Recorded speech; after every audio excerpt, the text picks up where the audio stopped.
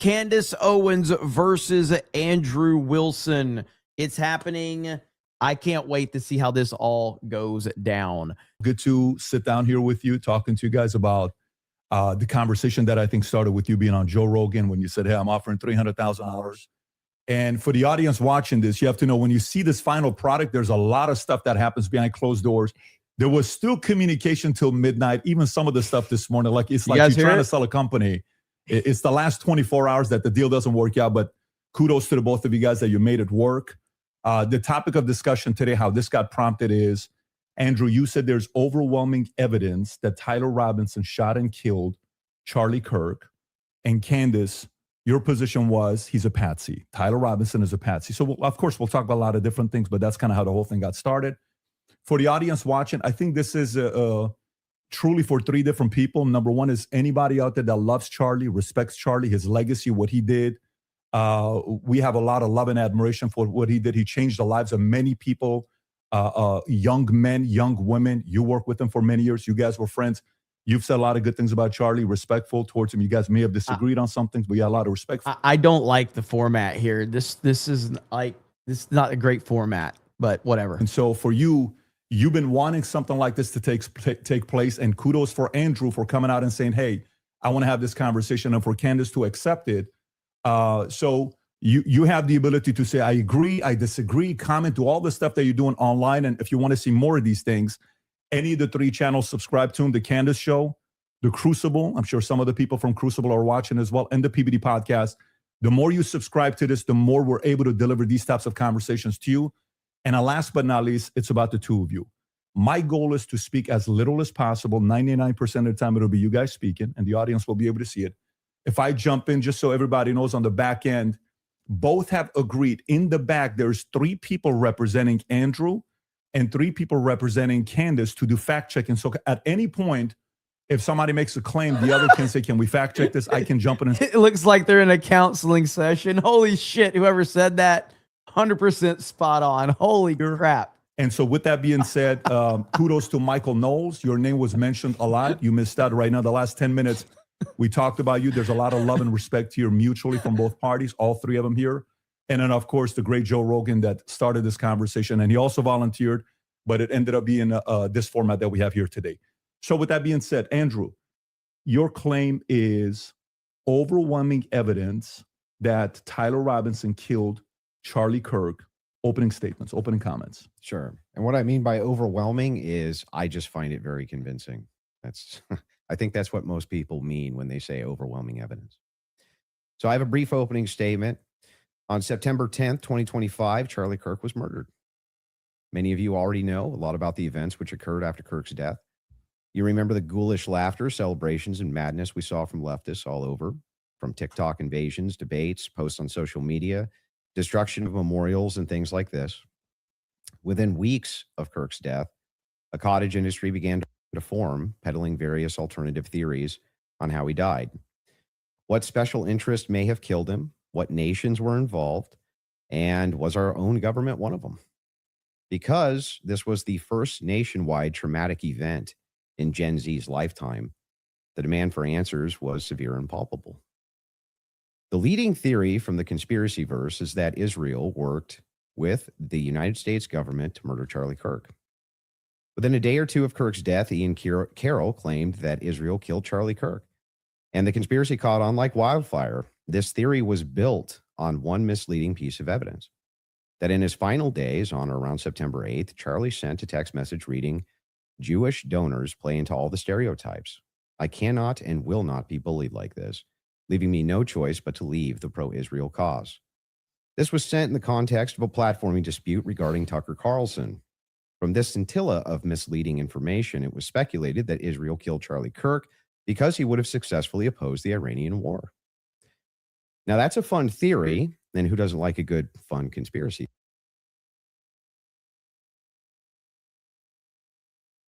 And if Candace has some, I'd like her to actually show it to me. I'm open to suggestions, but to date, there hasn't been any. There is, however, tons of evidence that a leftist killed Charlie Kirk, just as Charlie feared they would. I believe Charlie Kirk, and I have the receipts. No, I didn't have a dream where he came to me and told me that the left killed him. No, he didn't come to me in a dream and say, Candace Owens betrayed him. That never happened. In fact, I don't need dreams of any kind because I hold in my possession never before seen messages from Charlie Kirk to the security team on September 9th, 2025. I'm going to share the message with you today, which is the first time this information's ever been publicly revealed. On September 9th, Charlie's security team wrote to him, yes, law enforcement has been fully supportive and agreed to a security plan and posture. Tomorrow's event will be covered by both my team and the campus PD. If additional support is required, patrol units will be available. I have 11 on site. Charlie responded with this, okay, great. Remind them that they are there for one person's security only, because I'm somewhat worried the left is trying to kill me. That was a message sent September 9th. Whatever could he have meant by that? Well, I think he meant exactly what he said, that he was worried the left was going to try to kill him. Now, we'll discuss this more later on in the debate, and maybe I have more never before seen evidence that exposes just how wrong and, in my opinion, idiotic many of these conspiracy theories have been. But that's what happens when you rely on what's called the evidence of the gaps. In other words, they don't have evidence. They seem to just make up evidence. And what did they make up? Well, in my opinion, kind of whatever lined the pockets. And I think it's ghoulish to profit off of the death of a good man. But we came here today to debate. And so let's get to it. The debate topic today is one, my belief that's all I that there's got. overwhelming It's as loud evidence as I can Tyler make it. Robinson killed Charlie Kirk. And Sorry. two, Candace's belief that there's overwhelming evidence that Tyler Robinson was a patsy and didn't kill Charlie Kirk. In sum, the audience is going to decide who has more evidence supporting their theory. My theory is that the state is correct that Tyler Robinson is the killer, at least based on evidence so far. And Candace's theory that Tyler Robinson is not the killer and he's a patsy set Dude, up by I'm the bored out feds. of my mind. To be clear, this is not a I'm question bored. of reasonable doubt. If it was reasonable doubt, and that's all it was, and that's all Candace was proffering, I wouldn't even be here having the debate with her. It's fair to have doubts, as a trial has yet to occur, and the state hasn't even begun to try to prove their case beyond a reasonable doubt. But Candace makes a more forceful claim. She claims that there's more evidence that Tyler is not guilty of murder and was set up as a patsy than there is for the state's case. And I just think that that's absurd. And she will not be able to demonstrate that in any way. In fact, she has almost no real evidence at all of her theory, whereas my theory is supported by compelling witness testimony, physical evidence, multiple confessions, all of which are independently compelling, but which are even more convincing as each piece of evidence corroborates the others. You'll notice the term overwhelming was included in both theories. This is because Candace demanded I defend my use of that term, which I think is fair, in describing the evidence against Tyler Robinson. She, on the other hand, only wanted to defend her theory as merely viable. That is, until I showed her clips in which she said she believed the evidence of her theory, that Tyler Robinson's a patsy, was supported by overwhelming evidence. Only then did she agree to defend that position. Regardless, we're both defending the claim that there's overwhelming evidence on our side, so it's worth defining that term. When I say the evidence against Robinson's overwhelming, all I'm saying is that I mean that as of right now, I find it very convincing. I see almost no evidence at all, only speculation on verified claims and suggestions of things that could merely be hypothetically possible. Dreams, vibes, feelings, things like this. Almost done, by the way. I have no problem defending the state's case and welcome Candace bringing up any challenges she would like. But if I'm honest, the reason I was willing to pay the $300,000 for this debate was to finally have a chance for someone to demand Candace be held accountable for the unbelievable theories and claims she's been making. Candace's investigation is indistinguishable from a leftist operation. She couldn't be doing more damage to the right if she were trying. She uses her considerable platform to relentlessly attack one of the most influential conservative outreach organizations for young people, and she's making a mockery of the online right-wing commentary class. She's harming Republicans in an election year by dividing them. She's attacking the very organization Charlie spent his life building, and she's attacking the people he loved, including his wife. And it cost me $300,000, but today I hope that she finally answers for some of that. Thank you, Andrew. Candace? Did you get it out of your system? I did. Okay, great. Well, I'm not going to waste time with the preamble because I think I just want to get to the substance of the debate, and I will just speak to the audience. I have obviously had an audience since we've been covering this case. People know that there was a personal friendship between me and Charlie, and diminishing the pursuit of something that makes sense regarding what happened on September 10th by throwing it to this is just people who are conspiracy theorists. These are people who are just trying to generate clicks. I don't think that people should be satisfied by that. I want people to remember that it's important to think. We've been lied to by the government a great many times over, just the last couple of years, if you just think of the things that we've learned about our government. And I do want to say this, what's been the most disturbing element, I think, for everyone is that not only does the narrative not make any sense, which I'm going to demonstrate, I don't need to waste time with the preamble going through the points or trying to insult you or pretending that I've been running a podcast saying it's just dreams and vibes like I'm Miss Cleo.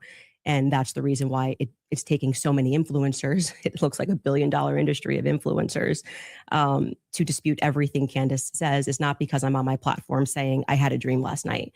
I don't think I think that diminishes you as an argument. Obviously, we have presented a lot of evidence. You just presented a text message and said, this is evidence. Well, that's how this entire thing began. You're talking about how Israel got into the conversation. It was because immediately after Charlie died, one of the first things we saw was this push to make us all think and remember how much he loved Israel. It's because the prime minister of Israel, who's fighting like a 27 front war, felt that he needed to come do a little mini tour and to be strangely to state that I did not kill Charlie Kirk when nobody was having that thought that I can remember. Nobody was going, I wonder if Bibi Netanyahu killed Charlie Kirk.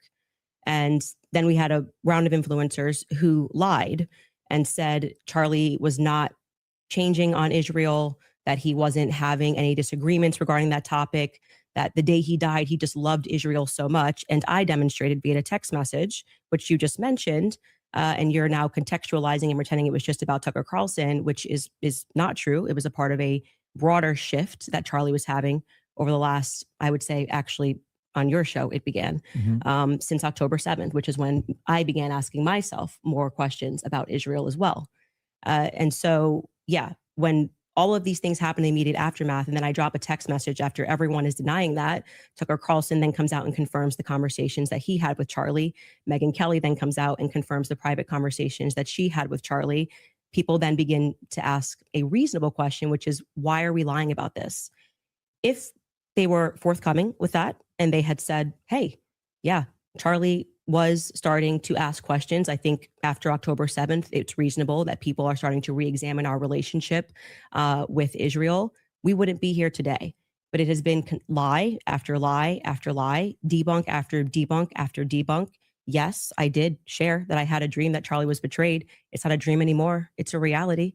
I look at what the organization has become, the people that they are partnering with, the lies that they are telling, the extraordinary people that they're sending out to say that I hadn't speak to Charlie since 2018, and it begins to look like a conspiracy. And just as a historical fact, that entire term was created by the CIA to gaslight people after the assassination of JFK. So it's not exactly one that makes me nervous. Like calling somebody a conspiracy theorist is essentially saying that they demand further answers and they're not accepting the Fed slop. So I'm grateful that you came today. I don't need to, like I said, take cheap shots and discuss your manner of debate or your strategy. And I'm also grateful that you shared that you had that text message today, because everybody watching knows that I have been demanding not a debate, just an open conversation with Turning Point USA. They should be here.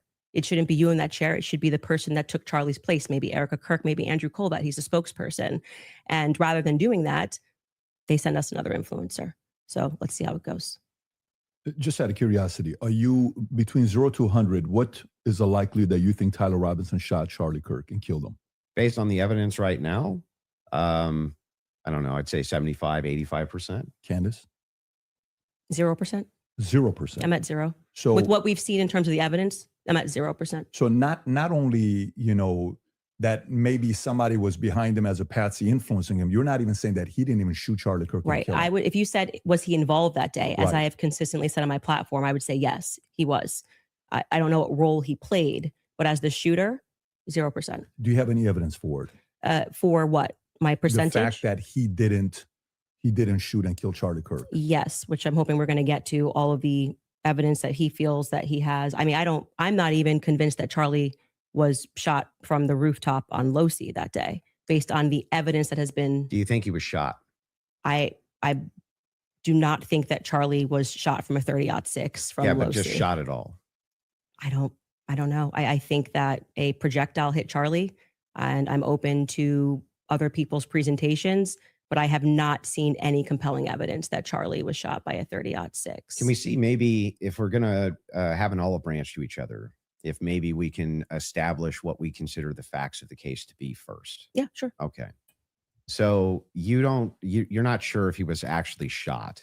You're open to alternative theories. To that. He was definitely hit with a projectile of some description. If we're talking about was he shot from a gun, a 30-06, I would say definitively no. Okay. It defies common sense to think that he had a Superman neck. And even if he did have a Superman neck, which has been demonstrated, I think actually recently a YouTuber actually set up Valhalla steel cages and shot it and it went through. So under no circumstance will I. So at least not a 30-06. Definitively not. A 30-06 from low sea, 150 feet. No. But you're not necessarily closing off the avenue that he could have been shot at all. With maybe a smaller Caliber.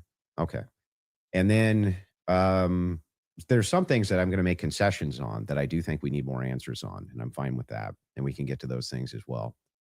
The other thing is in the timeline, one of the things that we dispute, I think, on the timeline is that you think that Robinson drove hours away to a steakhouse in the timeline. Is that correct? Yes. Okay. And what's the compelling evidence that you think you have there? I spoke to the owner of the restaurant and I have seen the receipt. I know the conversation that I had, and I think it's enough that, it will be presented, obviously, if this goes to trial. But yes, I do believe that he was in Panguitch, which is near his grandparents' home. Did he give you an unedited copy of that receipt? I have seen an unedited copy of that receipt. It was not given to me from the owner. But I want to, before we get into like all the timeline stuff, I want to address what you think is evidence so we can keep this on par with what your claim is. Well, I think that that's a piece of evidence that's in dispute. And that's why but we're trying to get to whether there's overwhelming evidence that Tyler Robinson did this. Yeah. So whether then starting if you want to use the first part of that for the internal critique. Yeah. We should go over the actual evidence that we feel. The first reason that I think it's compelling evidence is that Tyler Robinson's rifle was found near the crime scene. So I would consider that to be very good evidence. And also the fact of the matter is that I dispute this claim that a 30-06 could not have made this wound. I think that that's absurd. 150 grain Remington core lock absolutely could shatter when it hits the neck of any human being. When you say that there's some steel neck and it's a smaller caliber, you have to make a counter explanation. Why wouldn't a smaller caliber also go through bone? It could. I didn't say it can't. Right, exactly. So if that's the case, then ammunition is going to be the critical key here. He's getting in his element now. Ammunition, which we do in this case, a flex tip round. Well, I'm sorry, not a flex tip, a soft point round from 150 grain Remington core lock. That's just a small jacket that goes around the actual lead piece. This thing could have split apart in air for all we know, but definitely upon impact. And we have the medical examiner who confirms this in a summary. And my team can bring that up, the summarization, which means he would have to be a part of some kind of conspiracy as well. Okay. So just to start with your point about saying that the gun was found near him, near Losey Center, or I guess off in the woods. That gun, did you watch the testimony? Did you watch the preliminary hearing? Yeah, we covered it live. Yeah. Okay. So forgetting what the summary of the medical report was, did you watch the testimony that was given by the Caitlin Oliver, the ATF woman, Samantha Carner, any of those people who went into the science of? Yes, I recall. You're talking about the bullet analysis. Yeah, when they went into the DNA. Okay. So that's kind of the most relevant part. Okay. I'm not denying, I've never denied on my platform or anywhere else that a gun owned by Tyler Robinson was found near the crime scene, right? That doesn't remove, if you think somebody set up as a patsy, you could take a gun out of this room right now and you could walk out and plant it in the woods near a crime scene. That's not convincing evidence to me. I concur with the fact that that's a possibility. So I think have said on a platform that you were a gunsmith. Okay. And for how many years? Many, many years. For many years. You also said that you were an Army sniper. I wasn't a sniper in the Army. Okay. And I never said that. Sorry, your wife tweeted that you were an Army sniper. Yeah, I don't know. Like 15 years ago, she said something. Does it change 15 years later? She said that it was colloquial. So Army sniper is a colloquial term? Yeah, I was never an Army sniper. Okay. What did you do in the Army? Did you teach this? She then corrected it and said you taught rifles in the Army? No, I didn't teach rifle. No, I taught rifles as a private citizen. Okay. And I was an NRA instructor for many, many, many Okay. years So, alongside my gun shop. As with your expertise, Mhm. when she gave testimony on the stand, Samantha Carner, that there was dust and there was debris Mhm. that was found in the gun barrel. Yep. And then when we had the person who, and this was, I believe, Caitlin Oliver, who explained painfully about the DNA, the prints. Well, let's start with a point at a time. I'm not done. You said something, so I'm going to finish my thought, right? You don't want to do a point in time? No, well, sure. If you want to respond to, Well, but I want you to respond to 2 points. I debris. want you to start with 2 points. Okay. Dust and Mhm. debris in the gun barrel. Yeah. Secondly, the fact that there were 5 sets of prints, 5 plus actually by the end of the testimony, 5 Mhm. sets of prints for which we already had the woman who worked for the FBI forensics testify that above 2 prints, if you're taking a sample, it's no longer a science, right? She testified that when they took the sample of what was on the trigger, they saw 5 plus prints. And among those 5 plus prints, Tyler Robinson's was the most degraded. Mhm. So I would like you to explain how Tyler Robinson's prints could be the most degraded when she said, actually, you could have DNA on something that you've touched. You could have DNA on something that you've never touched. And to get DNA degradation, they've looked at pieces, items 20, 40 years on that don't have degradation. Yet Tyler Robinson's prints, amongst 5 plus other prints, were the most degraded on that weapon. Yeah. So let's get into all 3 of the claims. First, with debris. When it comes to debris, firing rifle doesn't always blow the debris out of the barrel. Okay, So you think there could be debris and dust. Yeah. He just fired the weapon. Sure. Okay. Not only that, he left it in a forest. Now, I don't know if you agree with me, but if you leave a rifle in a wooded area, it's also possible that debris could get in that way. But I'm not even sure that that's what the case is. I think it's far more likely that he fired the shot. It just didn't blow all the debris out, and it often doesn't. You'll find this if you take Grandpappy's dirty rifle, and it's all dusty inside the bore, and you go fire it. You'll often look down the bore, and there's still dust. Okay. Happens all the time. Okay. And the prints? Yeah. So the prints, we don't know all of the details on just yet. We do. It was excruciatingly long.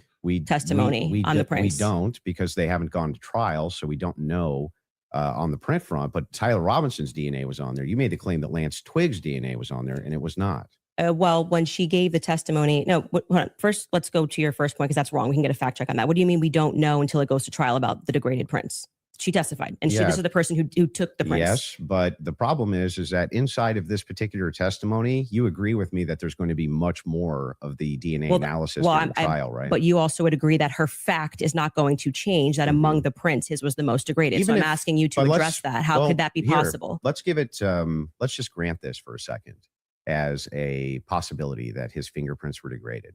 It's not a possibility. It's a fact. The person who took it. I'm just granting it for the sake of argument. You should grant it because it's a fact that she presented. So now it's granted. So what? What do you mean? So what? Yeah. So what? What does that prove? It proves that if his prints were the most degraded amongst 5 of them, you're going to have to explain how that's possible if he's the one that recently fired the weapon.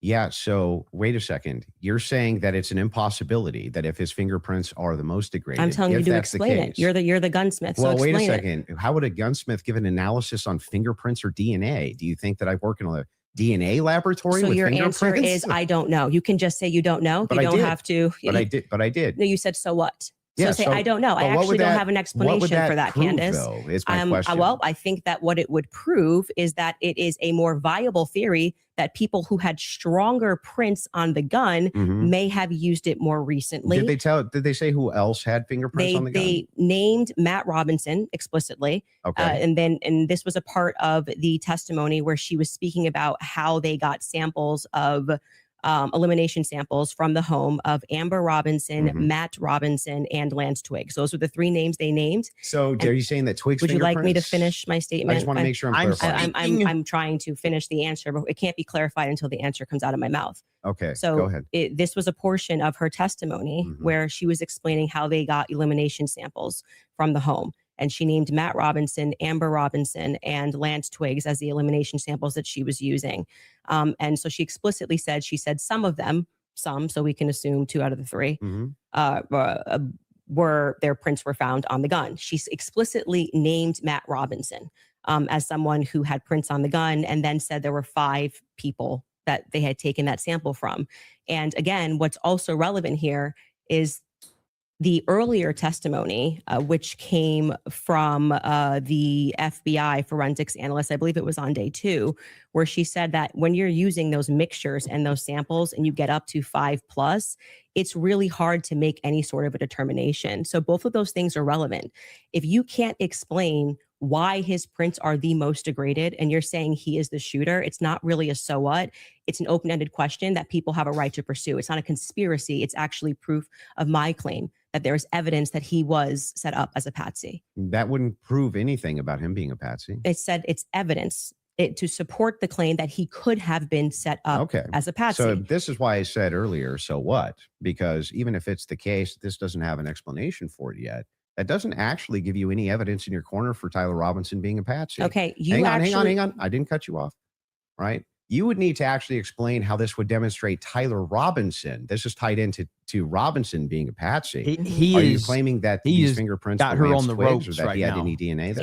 I'm saying that it could be Matt Robinson, it could be Amber Robinson. That sort of information is going to come out during the trial. How would that tie into the idea that he's a patsy? Yes, because if his is the most degraded prints and the information that I shared on my platform is true, that this gun was given to Tyler Robinson as an heirloom. I had conversation with members of the Robinson family, Twiggs family, both of them. You know, like I said, we're not just dreaming. And if we're having those conversations and they told me that that gun was only given to Tyler Robinson because it was a family heirloom. Okay, so it was his grandfather's gun or great-grandfather's gun. I don't remember the difference. I don't remember which one it was. And so he got it because he's the firstborn. So, but he's not much of a shooter, is what I was told.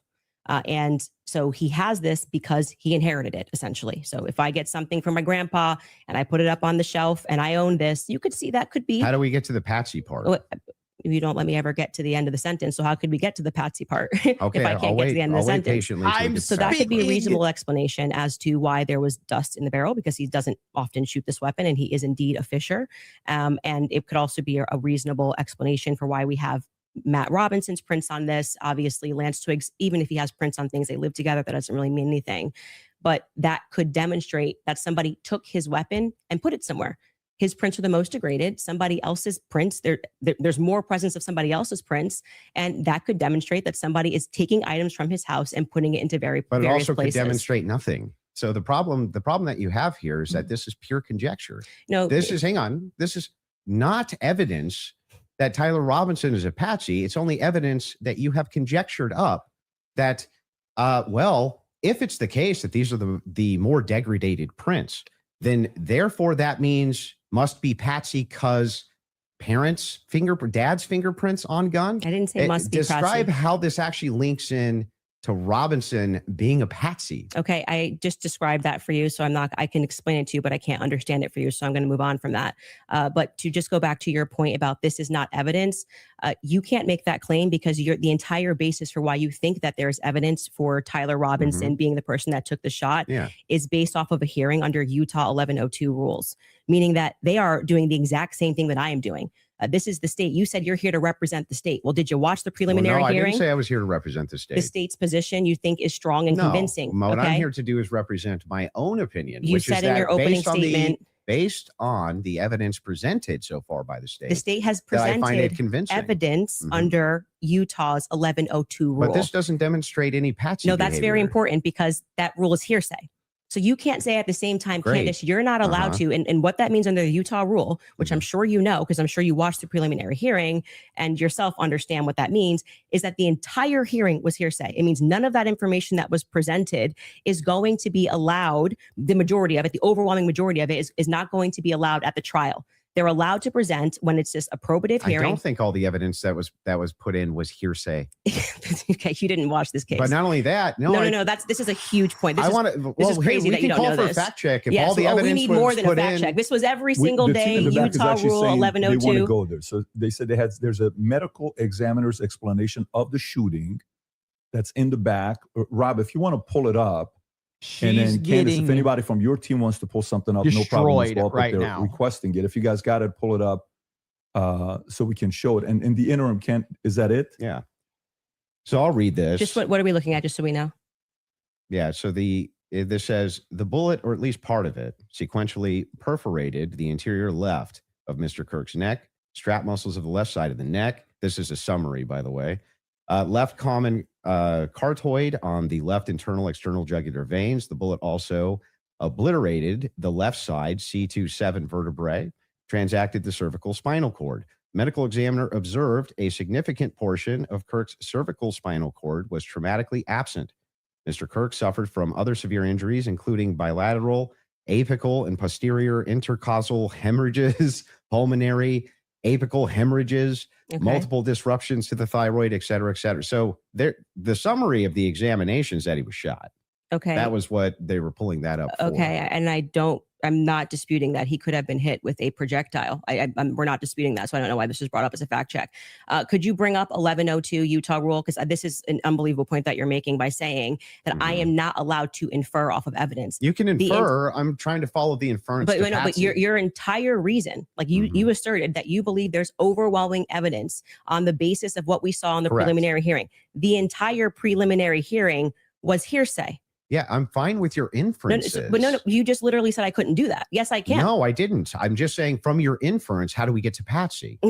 This is how you got to Shooter. The Tyler Robinson did it No, the same way that you got to Tyler Robinson. Shooter from that. Yes, you did. You again, this is something important. So we should pull up a fact check about what the 1102 Utah and under their constitution, for the sake of a preliminary hearing, they do not have to have hard evidence. They don't have to put people on the trial. They don't have to. But no, that's why the entire hearing was basically hearsay. Officer Bagley but was not saying, all of it, like I said. The overwhelming majority. Again, no dispute. Outside of the one that you don't want to give. Please don't cut me off. Though. Outside of that is what's in dispute. It means that your entire brand of saying you don't have evidence, falls apart when the entire preliminary hearing is based off of hearsay. In fact, Lance's testimony before they had about an hour debate, actually, maybe it was more than an hour debate before he sat, and they said, this is not going to be allowed. You wouldn't even be allowed to do this. We'd be able to cross-examine him. The questions that they're asking Lance are all leading. And what did he say? Well, I'm the magistrate under Utah Constitution,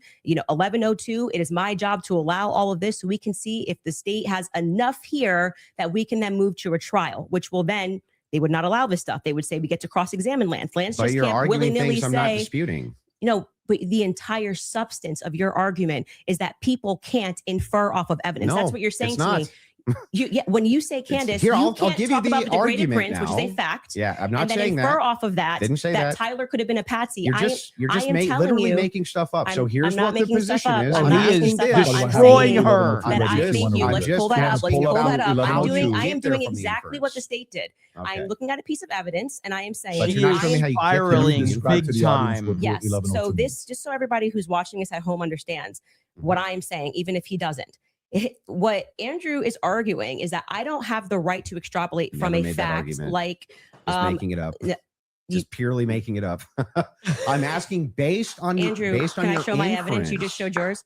Reliable hearsay. You'll get a chance. Reliable hearsay in criminal preliminary examinations. The entire preliminary hearing that you just saw was on the basis of reliable hearsay. And what that means essentially is the people who are making the statements can just say, Patrick told me that he did this on Monday. Patrick's not here. And that is, they can allow that into the hearing. That's just because it's just meant to be probative. And so it's the state saying, here's what we have inferred. So you are allowed to take a piece of evidence and then you are allowed to infer off of that evidence. Okay. Case in point, that's a demonstration that's a demonstration of what I just did. I said the prints were the most degraded off of Tyler Robinson. And from that, what I am inferring is that it's plausible that Tyler Robinson was set up. That doesn't, that's the point in contention. That's not a point in contention. That's the point in contention. It's not a point in contention. If you're saying it's a point, it is the point in contention. It's not the point in contention. I'm telling you that was what the entire hearing allowed for. So the evidence that he is describing, we're asking you that he is using to argue his case is all based on inference, not fact. Great. Inference, not fact. So what they are inferring off of the facts. So again, we're going to take this and I'm just going to even grant it because it's irrelevant. I'm asking how you get to the inference that even if you dispute that piece of evidence, that means Patsy. I'm looking for the logical chain for how you get to that inference. What I am telling you is it's the exact same way that when you tweeted, I think that this evidence is overwhelming. When they say that looks like Tyler Robinson's car, he drives a similar car.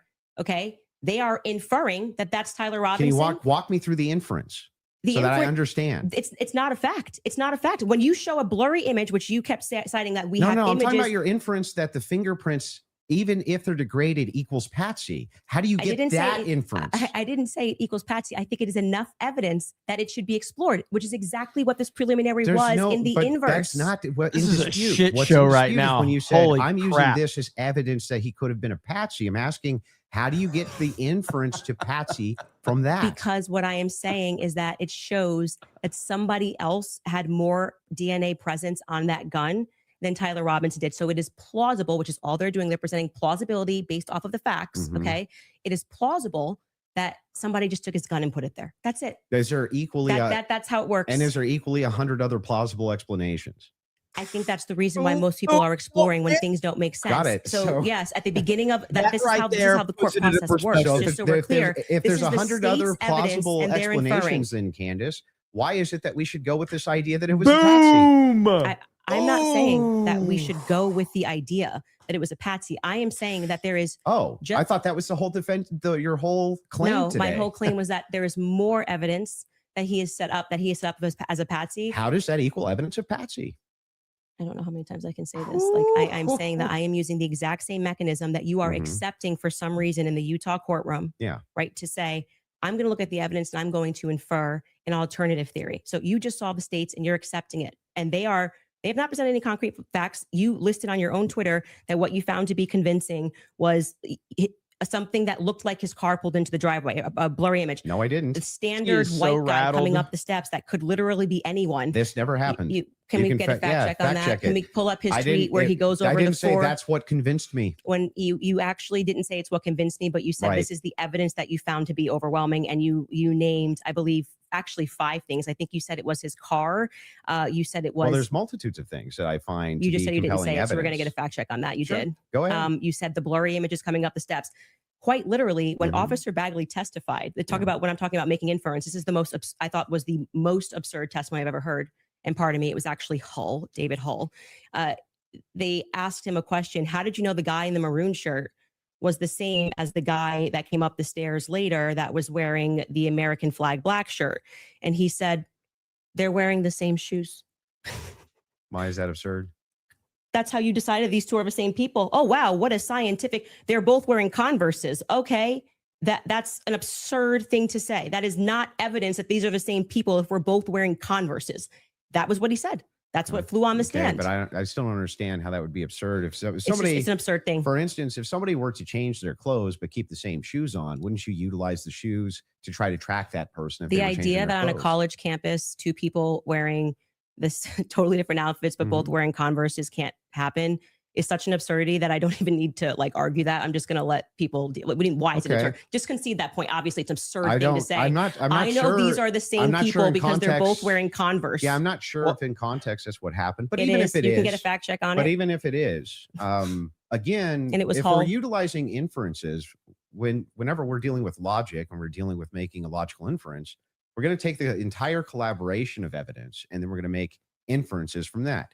You would do that with any type of logical proposition. Otherwise, you could never have a true or false claim. You just told me I couldn't. So when I never, Dude, that never happened. He is just so good at this. So anyway, when we're talking about logical inferences, what I'm looking for is the logical inferences that you have that Tyler Robinson's a Patsy based on the totality of evidence that you have. We can keep going through your other evidence, but we should find his tweet where he lists the reasons that he was convinced. So let's start with the 30-06. I think that's fine. Your team's looking for. Do you remember how long ago that was? The tweets of the 5. I often talk about tactical mistakes. Okay, cool. This was a tactical mistake for Candace. Unless it I was missed his car. Sit down with Andrew Wilson.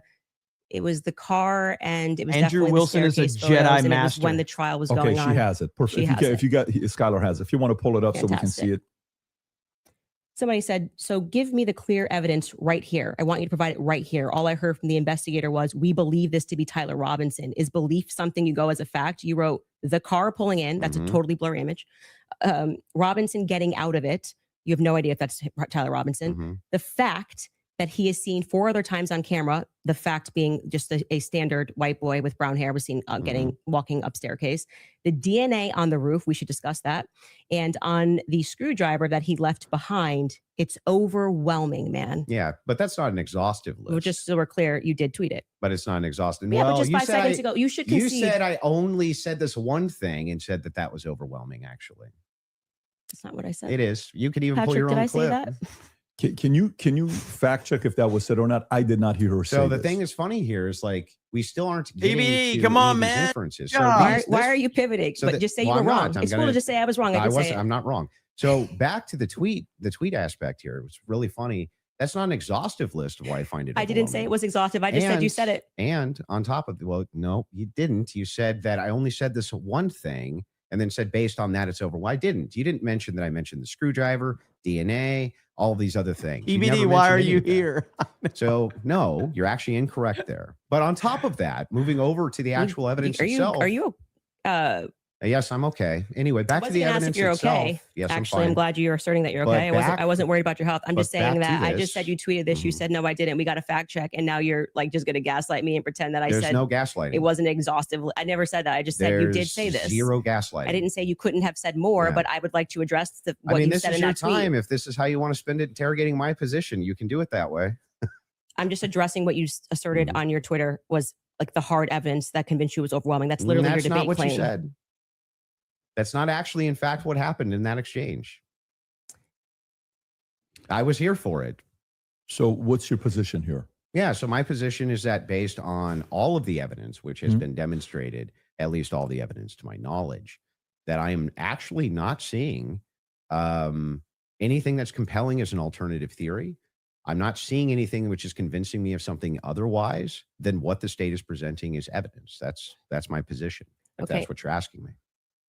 So just going back to what you did actually tweet. He's is it really fair to, good. Like to He's for really me to good ask at questions this. about that. Is That's that the only evidence. tweet you're going to ask me about? Well, we're addressing your claim that the evidence is overwhelming, and this is a tweet where you listed what you felt was overwhelming. I think that's fair, but not right? ex- I feel like sure, that's fair. but not exhaustive. Just so you know. And I never said it was Okay. exhaustive, Go even though ahead. you said I did. I Sure, like that whatever. example, But Graham. yeah, so going back to that, all of that, as you say to me, well, Candace, why are you addressing and making inferences off of the testimony? No, I never asked you why. You're making inferences. I asked you how, with the inference you made, you got to the conclusion. Okay, so I would like to know how you got to the conclusion. And I'm just going to throw it right back at you because Yeah, for some that's reason fair. you permit yourself to do it. And that's what I'm demonstrating is that you permit yourself to do it. Mhm. And then you say, when I do it, it's a conspiracy, right? No, How are you able to infer off of blurry staircase images that that is Tyler Robinson? yeah. So in that particular case, what you do is you take that evidence, you combine it with other evidence. So it's not just that Tyler Robinson is seen in the staircase. Why are you calling him Tyler Robinson in the staircase? That's what I want to get to. Yeah, because I mean, we'll just use this. If you don't agree that that's Tyler Robinson, then you would just have to humor me. I think it is, so I'm using the name. But why do you think it is? Because you make everybody, you that's call them literally what I'm conspiracy trying to explain theorists. to you. Okay. So if you're asking for my inference, why I think it's Tyler Robinson is because Tyler Robinson said in his text messages, you'll be able to see me on security footage at the campus. Said it in his own messages. On top of that, twigs, yes, you can pull them up if you want to fact check that. He did say. On Yeah, I top would. of I'm sorry. I that, actually think I really did miss that. I'm not saying you're wrong. I Yeah. don't remember him saying you're going to see me in. Yeah, I'm in footage. paraphrasing. Can but we it was pull that close to up? it. Yeah, If I you don't- may I feel- have I it, think if And you that's by the have it, way, pull it up. Twigs himself said that he We're had gonna see me some in the staircase. Maybe a tiny bit of doubt, but it sure looked like Tyler Robinson inside of this various surveillance footage that he saw. So Lance, sorry. Hang Go on, ahead. You're hang right. on. So there's multiple reasons why it is that I believe that that's Tyler Robinson, Mhm. not just because of blurry footage. Did you have a dream? Just kidding. No, it's because I combined multitudes sorry. of evidences. So let's address those multitude of evidences. The first one we're working on a fact check on because I do not ever remember him tweeting. That's me in the stair. I mean, or Well, he didn't tweet texting. it. Texting. Yeah. That, Good that's answer, me Bill in Herb. the Good staircase. answer. I think that you I didn't could- say that. I said I literally didn't. What I said is that he texted over, you'll be able to see me in footage at UVU. And I'm paraphrasing, but that's what he said. Yeah. Could we get a fact check on that? You The can find second it. thing you said was Lance's testimony, and actually what Lance says is I'm not 100%, I agree. but in terms of what he wears, again, pointing out the absurdity, Mhm. he wears Converses. He wears sneakers. If Mhm. his boyfriend is not 100%, I'd like to understand why Andrew Wilson is overwhelmed by it. That's what I'm trying to get to. And lastly, I would like to remind you that Lance's statement would not be permitted. This was a huge part of the preliminary hearing, that they were leading. All the questions that were asked of him were leading, so they would be struck down at the actual trial. And also, I would like to remind you that he got use immunity for that. Use immunity. I understand. Which means like that happens, by the way, all the time in these cases. And I'm wondering why it particularly happened for Lance in this testimony. And I would also like to point out that something that's remarkable about this, again, leaning to my perspective, that Lance has a lot more, which I have said many times, Lance has a lot more involvement than the feds are letting us know. I think more is going to come out that either. because they interviewed him on September 11th. And then for whatever reason, just ahead of what was supposed to be slated as the preliminary hearing, which was initially supposed to be in May, they bring him back to do this interview, which in my opinion should have never been allowed. And I actually agree with the defense that it's a violation of his constitutional rights not to allow them to have cross-examined him. But I understand Utah 1102, do what you do. It's all hearsay. But to allow it in that way for him to just be able to also have use immunity, knowing that he's not going to get in trouble. He could literally get up there and lie about anything and he's not going to get in trouble because the use immunity was given to him in April, I believe. April 28th is when they gave that testimony to the defense. I think they shot it in like April 20th of 2026. That is not compelling to me for somebody who has use immunity to give a testimony and to say, I'm not really sure, but definitely like he wears jeans and stuff. That's not what he said. He did. Actually, you can get a fact check on that. Yeah, that's Skyler, not, I think he said much more than that. So a couple things we have. We have Rule 801, Tyler's messages, that says it's not hearsay. But first, go to what Candace is asking about. Skyler, I think you have it. You just text me if you want to pull it up. You said you have the text. If we can put that up on the screen. Thank you. It was me. Look at the pictures from the surveillance footage. It was me. Okay. I literally said to you, it's not an oof. I said I didn't remember this. So I'm happy to have a fact check on that. Okay. I didn't call for the fact check saying you're wrong. I literally said I don't remember that from the I'm text just saying to you, like, I'm trying to be concise for you. And then also bring the 801 that you just said. What was the other one? Yep. The 801, Tyler messages saying it's not hearsay, if you have that as well.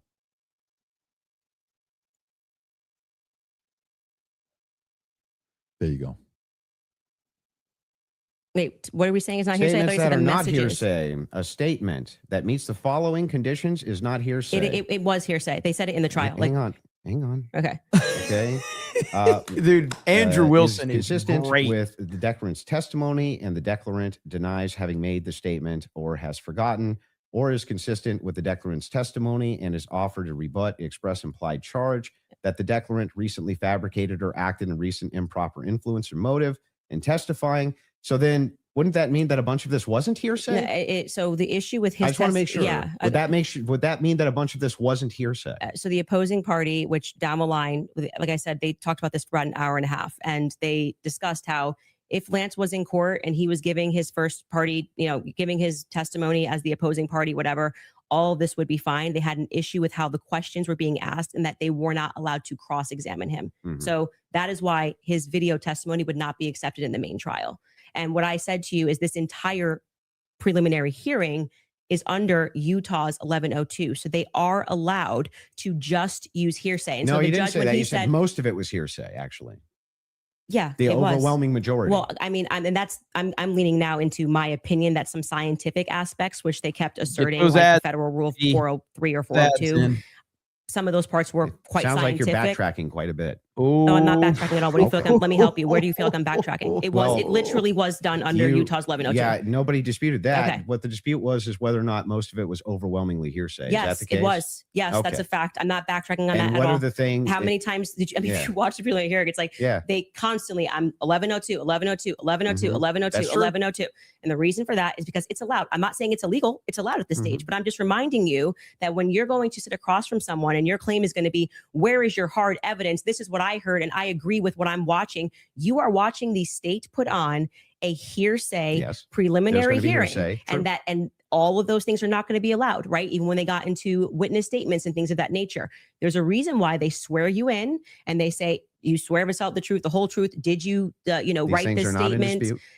So it's the overwhelming majority of what you saw was hearsay because other people were representing other people's statements. They were saying they had conversations. We don't know where it came from, all allowed at this stage. Okay. But it's hearsay.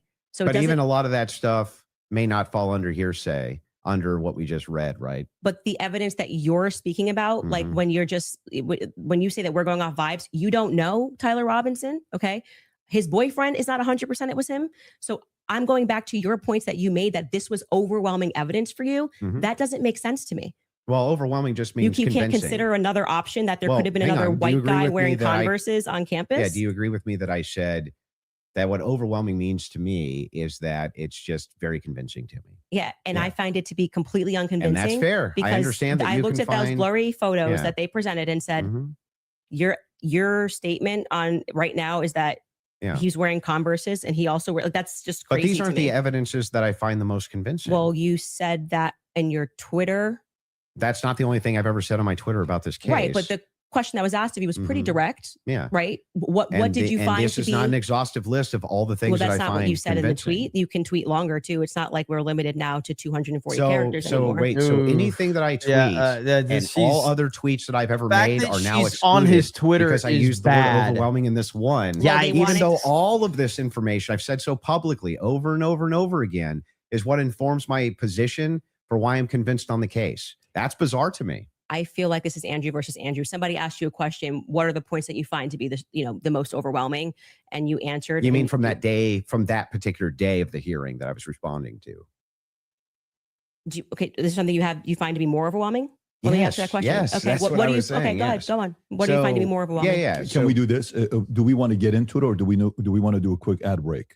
Are you guys good to keep going, or I'm fine to keep TBD going. is but like, we let can me make also- some money. Take a quick break? Doesn't or matter to me either if way. we're going into a different topic, that No, maybe another you 30 should. minutes, That 40 minutes. I don't want to PBD, stop you Yeah, guys let's in the killed middle. the end it on So what you flow. find to You be more killed the overwhelming. flow. Yeah. So if we're PBD for me, it's the confessions, the text messages, all of that is what I consider to be, from my opinion, that's the most convincing for me. Okay, we should discuss the text message confessions when we get back, if you'd like to. Okay. That's a good idea. Folks, we're going to take a quick ad break. A fucking break? A fucking ad break? Really? What the fuck are we doing? This ain't even about actually having a debate. This is about them making money. That's all this shit is. You kidding me? It was just getting good. It was just, we were just rolling. We had just really gotten into this. I think we're back. By the way, just an FYI, for those of you that are watching The Crucible, there's 30,000 concurrent there watching. Support Andrew Wilson. That's your fans of his. Click that subscribe button and helps him grow his business. If you're watching Candace, I think there's 225 to 250,000 concurrent right now. We'd like to see that 300, 400,000 number on there. Click that button as well to subscribe and share it with your friends and family. Wait a minute. If you're watching it on PBD Podcast, why did you ask for 50,000 more people to watch her channel, but not Andrew Wilson's? What the fuck was that? She's already got 5 times the people watching her. Why are you asking for more? that's why we like freedom of speech. Having said that, let's go back into the text conversation you were having, right? Okay. Let's stay there, and then we'll go into the cross-examination stuff in about 30 minutes. Okay. That sounds fair. Okay. So yeah, I used basically 3 pillars for the totality of the evidence. Okay. So if you want to know exactly what those 3 pillars are, this is going to be the testimony. Oh, is he asking for total viewers between both channels? It didn't sound like that's what it was. Be the physical evidence, and this is going to be the totality of the summary of the case. Okay. So right now we're focusing on one of these pillars in my defense, which is fine. I understand that I have to defend my claims as well. So when we're talking about the messages themselves, they seem totally valid. I have no idea why they wouldn't be valid. And I have not heard any good explanation for why it is that these messages should even be questioned. The defense hasn't questioned them, as far as I'm aware. Nobody has actually questioned that these messages came from Robinson to date, except perhaps you and other people who are kind of in that camp. But why should I question these exactly? I'm not sure. Okay, so first let's just go over legally what the point is of a probative hearing. The defense is not they're not there to say or to argue or to defend themselves at all. They have to address what is being presented by the state. Okay, So they're not here to then say, let me give you an explanation for these text messages. Agreed. The relevant portion of what the defense did do was actually before we got to the preliminary hearing. I had mentioned that it was initially supposed to be scheduled for some time in May. They asked for an extension. That reading through those filings of why they were requesting an extension and why I actually believe their extension should have been granted, because they did not receive discovery on their text messages. That was one of the reasons. There were many reasons why they wanted to have an extension, but this was crucial, right? So forget just the general sense that these messages feel off. And yes, you are allowed to have an intuition. You are allowed to have a sense and just go, this is very weird. We're being told this kid had like above a 4.0, Tyler Robinson. He wanted to get away. I mean, the text messages almost run head to head with themselves. Like, Thank he you, wanted Andrew. to I get away appreciate it, with brother. So he thought the best thing to do would be to text a full confession of what he did, down to what I didn't even remember, saying, yeah, and that's also me in the surveillance footage. It felt a little too on the nose. People have common sense. You just don't text message. But then we're also supposed to believe that he put a note under and burn this and get rid of the evidence. But don't worry about that because I'm about to text you a full confession. That it felt off. It felt weird off the bat. The manner in which they were texting, we're told he's like a gamer who's using a Dremel to carve expressions, catch fascist. But then suddenly he's writing like a 1700 Also, as a Helldivers novelist player, he did actually get the 500K code correct. Yeah, I'm not a gamer, so we'll say that we start debating. Helldivers that, you'll be way over my mentioned. head. But yes, Yes, but my it- point Helldivers being is getting just that mentioned. first, it's a general sense of why people had a reaction to these messages Mhm. that seemed like they were written by Jane Austen rather than like a kid who games and writes catch Yeah, but do you see how fascists. that's intuition? That is, I just said that. I Yeah. said, just parking aside the intuition of Mhm. just something feels wrong here, which you should follow your intuition. You should actually do that. If you say I the think you- COVID I think vaccine is that's- running out, feels like it's coming out too fast and there's too many celebrities telling me to do it, I'd like to take a pause. That's good. That is, you are allowed to do that. I believe in intuition. But Now, hang on. when I said Let parking me it aside- respond a little bit here because But- you've been going for a minute. Let me at least respond to a little bit of this. So the first thing is like when people bring up the COVID vaccine, not trusting the COVID vaccine en masse was the science. That wasn't just intuition. That was the science. There was tons of competing science. Now they tried to suppress it. That's true. But there was tons of competing science for why you shouldn't take a risky mRNA vaccine and the masks and things science like they this. kept telling us was 100%. Now, when you're talking about it was- intuition, though, when you say trust your intuition, I'm actually giving a different message. You actually should be very wary about trusting just your intuition. It is true that intuition can be useful, Yeah. but it has to be tempered with logic, reason, Mhm. explanatory power, and evidence, not just intuition. That's why we're parking it aside. Intuition is the first step. Something feels Okay. off, right? Okay. That was my first step with COVID. I don't like the way it's being pushed. It shouldn't require a celebrity campaign, by the way. Another element of that is why people don't feel good about the Charlie thing. Why do we have so many influencers saying things? It's over. Why are you guys all using the same adjective? Can you switch it up? I'm overwhelmed. Like, chill. Like, you could say, I found some Kinda parts like Fed compelling. I slop? think this should go. Like I Fed found, slop? I found some parts compelling. Maybe we should, see at the trial. That would be kind Don't of. you think Fed slop's a buzzword for the counter industry? But everyone on the same day of watching this trial, which was, I would say, not overwhelming at all. Nobody came in medium, right? No one came in like there were some interesting aspects. This was a little suspect. But I do think it's enough to go to trial. They all came in like they were passing away and we're going to die from being Well, they're overwhelmed. trusting their intuition. Okay. Well, actually, in that scenario, they're looking at the preliminary hearing and have a reaction to it. It wasn't their intuition. But like Why? I said, How do you know parking that? aside, just getting to the substance, parking that aside, Okay. just a general intuition that sometimes might be second messages. Then we look at the filings, which came from the defense, and they were requesting an extension saying, we have gone to the prosecution and we have requested all of this stuff in discovery. Yes, you are saying that you took Lance's phone, okay, and that you collected his phone on September 11th and that you sent it off or whatever. You took a picture of the text messages and we are being given these text messages to review. Crucially, Kathy Nestor said, I have not even been given access to my client's phone during this hearing. She said, I haven't even been given access to my client's phone. She can't tell you, as a part of their discovery request, it's not enough to say to me, Candace, I just got a text message from Candace. And I say, I didn't send that text message. Maybe that's what her client's saying. We don't know because we're not at the trial, right? Maybe he didn't send those messages. Could there be someone who logged into his Discord? Could there be someone who logged in to his Apple? George could be sending text messages Could right there now. be? We are married. Could there He has be? every login that I have. That's not And proof. remember, he's up for a death sentence. So if I'm able to sow reasonable doubt with common sense, he may come during the trial, and when they actually have to address these points, say, I did not write those messages. I was here. Lance, my boyfriend, was logged into my phone, logged into my Apple ID and my iCloud, sending messages. I know that we have the capability because my husband does it. He has the capability to send messages from my phone.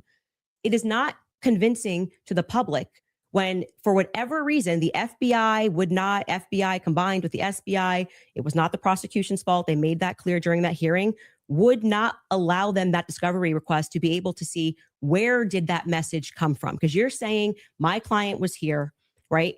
I want to know if that message actually was generated from his iPhone when he was waiting to retrieve his, rifle, hoping that the pooch doesn't have a bad sniffer, like just weird messages. I want to make sure that, yes, it was actually him. He was holding his phone and his boyfriend didn't just log in to his computer when he was home. Lance was his boyfriend. That is a crucial fact here. That discovery was not met by the time I got to preliminary hearing. So I remain unconvinced by these text messages. Just as you feel convinced by them, I feel unconvinced by them. Okay. So then the idea here is the reason that you don't think that these are valid text messages, and you don't, right? It has not been proven that these messages are valid, and they don't sound valid to me. I don't think anyone, even if someone was selling like a, I don't know, pot on the corner, would be smarter than to write a full-fledged confession.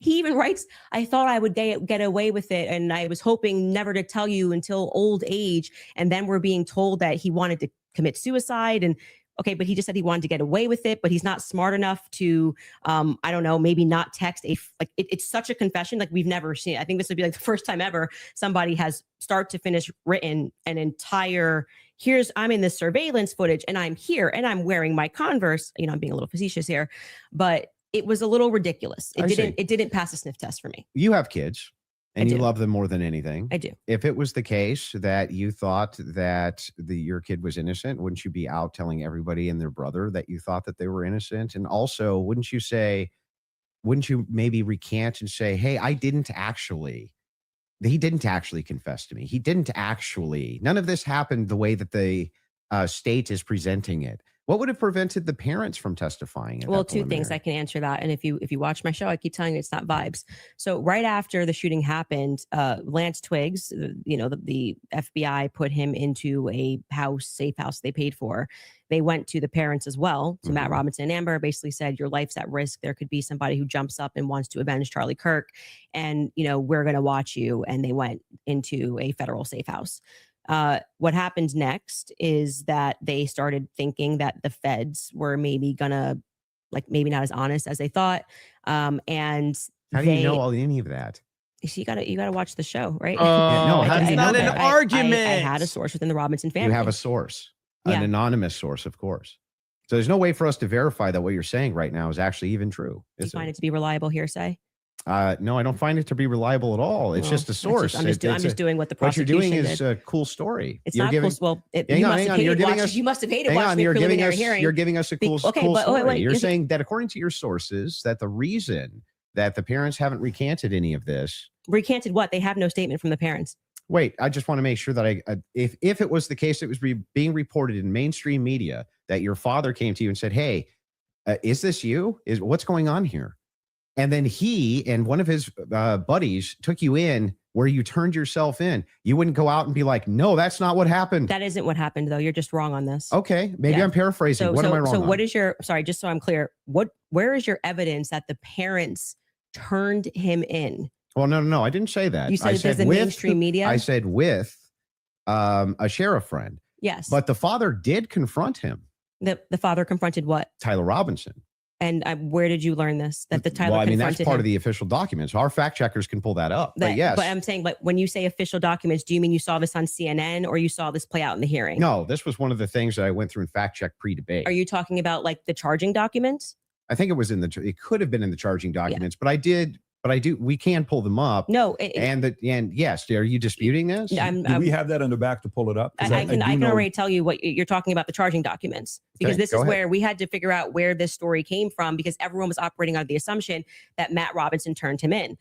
Until we got to the preliminary hearing and we understood, like I said, even for that, when you are charging someone, you can use hearsay. It's all probative, right? Sure. Nothing. So they didn't have statements. It's not like Matt Robinson, even though he was interviewed that night. Amber Robinson was interviewed that night by a Fed, separate rooms. Tyler Robinson was interviewed by a Fed. They did not produce statements saying, my son did this. I believe my son did this. But what happened was they did interviews, but also the crucial person here who you just brought up is Mike Mitchell. Mike Mitchell is the biggest unknown in this entire case. Everyone keeps saying they heard from Mike Mitchell this, they heard from Mike Mitchell that. So when the person wrote up the report that night, and it was Brian Davis who wrote up what became the charging document, he after they transported Tyler Robinson from the Washington Sheriff's County office up to, I think it's Salt Lake City. I think it was 4 a.m. in the morning that they got up there. He then writes the what becomes a charging document. So he's basically saying, we all spoke to a bunch of people and here's the information that we got, right? We've not seen that. So it could have come from Mike Mitchell. Mike Mitchell could be saying, I don't know how this negates the point, though. Why it wouldn't truly the negates parents? the point because you don't have a statement from the parents. Yeah, you are going. Why wouldn't they just correct the it's not the correcting. That doesn't misinformation? negate the point. The point is that we now got the preliminary hearing.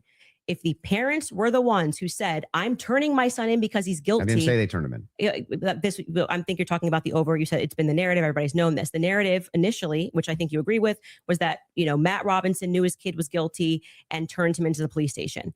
What actually happened in terms of Sheriff Brooksby, who was present there and gave a press conference, what happened was this Mike Mitchell character essentially peer pressured him. And we can get a fact check on this. We can find Sheriff Brooksby's press conference.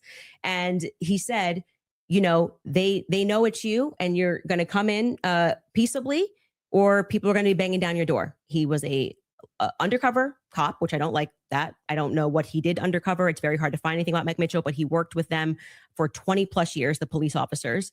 The reason why Tyler Robinson knew him was because he lived nearby and he was also his Boy Scout leader. How does this negate the parents could write this second? And by the way, if you had the evidence, I'm going to address that point. I'm just saying that your first point, which is that the parents did this. Yeah, we don't know that the parents. I didn't say that they did ever. Never happened. You're quoting the parents as having said. You said that Matt Robinson said that his kid was. You say involved. I don't want to misquote you. Confronted him about confronted him. Yes. And I'm telling you that we have not seen any evidence that is true. We can fact check that. Okay. Because we do have evidence. And I'm saying it's the charging doc, which could have been derived from a statement Mike Mitchell said. Two things I have ready in the back. One is the charging doc, and the other one is a video of Kathy Nestor saying she hasn't seen Tyler's phone. Okay, we can run Kathy to go back, and then just to go backwards to Kathy first in court saying she didn't get her client's phone.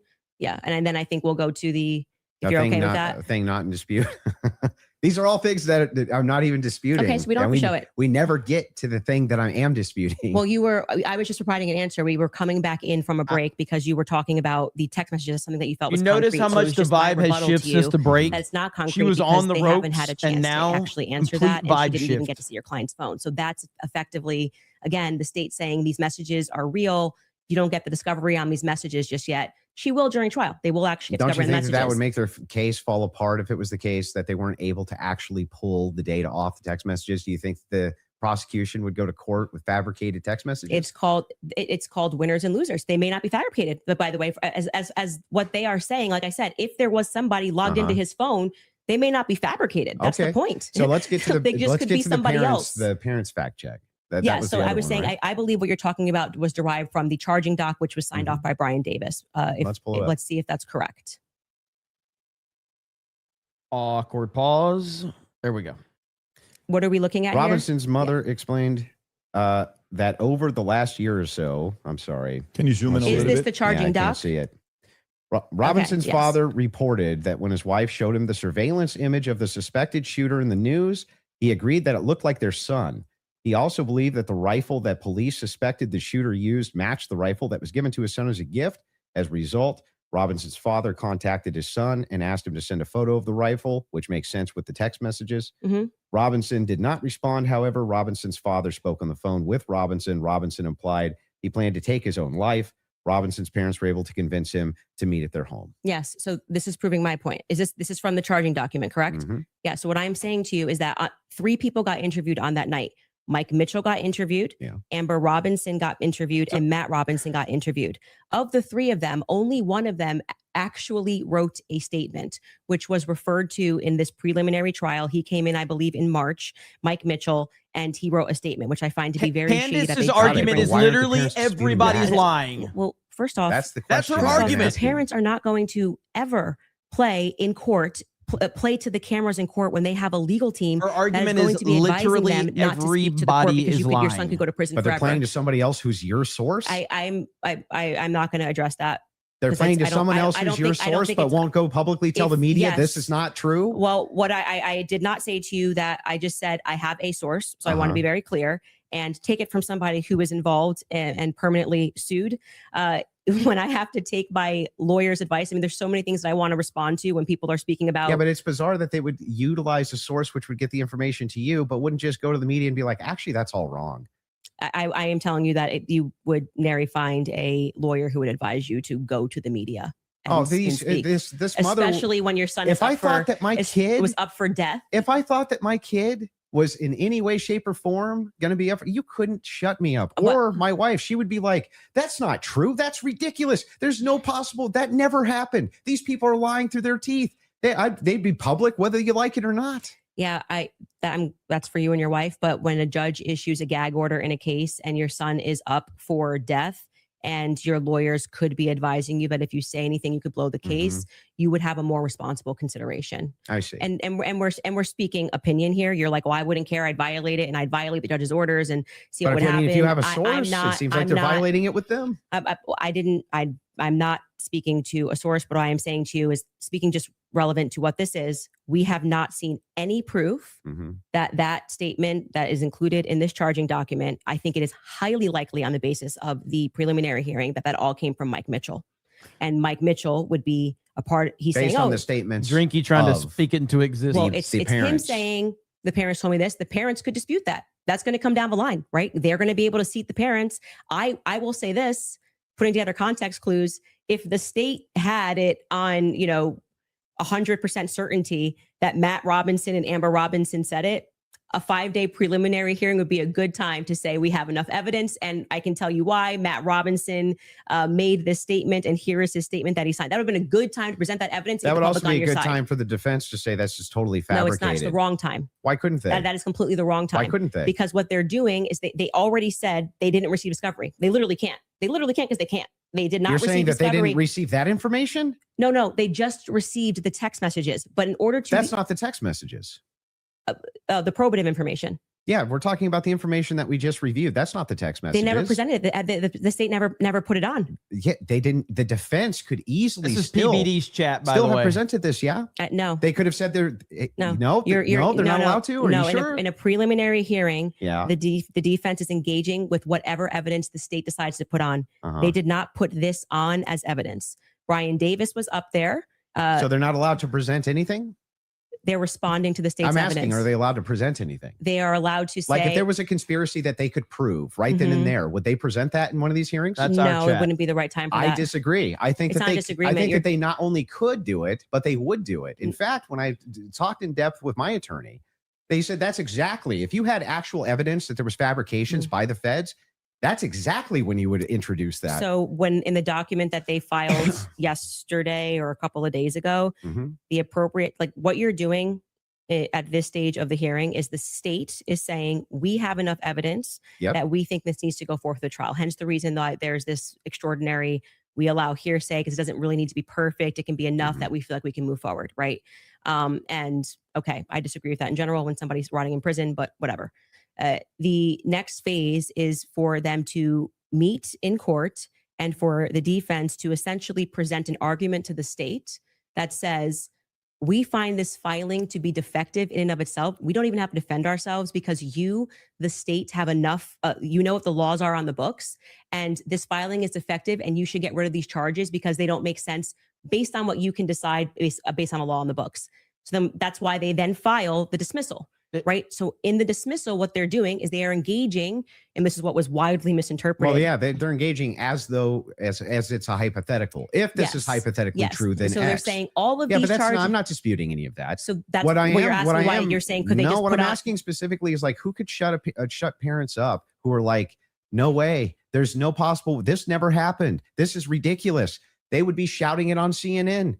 They would be shouting it from the rooftops. They would be losing their minds. And you're like, nope, the gag order would be enough to keep them quiet. Not enough for them to talk to your source, but enough to keep them quiet. I think that that's quite ridiculous. But I'll even concede this whole point to you. Let's just say maybe this was misconstrued, right? If there's a little bit of reason to doubt it because we're still waiting for the evidence for trial. If that's the case, then why not take the same standard for the evidence that you present? You're just waiting for trial. Well, you didn't do that. Wait That's a the reason second. we're here. Wait a second. I just want to make sure that I got this right. That's your argument to me, right? My argument to you is what? Your argument to me Uh-oh. is that, Uh-oh. hey, wait a second, Andrew. Uh-oh. There's not enough here that convinces me, right? Well, that's actually my rebuttal to you, is that you are saying, why are people engaging in what you term to be conspiracy theories? No. I term it to be thinking. They're Mhm. just thinking because they're recognizing there are a lot of holes in these stories and that this is not strong evidence, right? This is the reason they're doing it. I'm explaining to you, this is the reason that they're doing it. I'm addressing what you view to be Yeah. overwhelming evidence. Mhm. And by the way, I want to be clear, That which what convinces you're- me. Yeah, well, but thus far, And this is every just like, point that you've doesn't brought convince up, you. every point that you've brought up, did you feel like this is beyond a reasonable doubt? I mean, you realize Remember what I said in my he's opening. going to be. It's not beyond a reasonable doubt. Mhm. It's just what I find convincing is what I find overwhelming. So why are you so upset when people say they don't find it if convincing? that was the limitation of the claims that you made, if it was just 1,000%. wait a second, Right here. there's a little bit of problems. There's some problems in this case that I have questions for that I want Yes. answers to. Yes. Nobody have a problem, actually. None. Least of all me. I would be the least likely person to have an issue with It's it, that you, you've any of your invented fans, anybody shit saying. that you In can't fact, I've had tons prove. of Discord calls about this. My position's always been clear. Of course, conspiracies exist.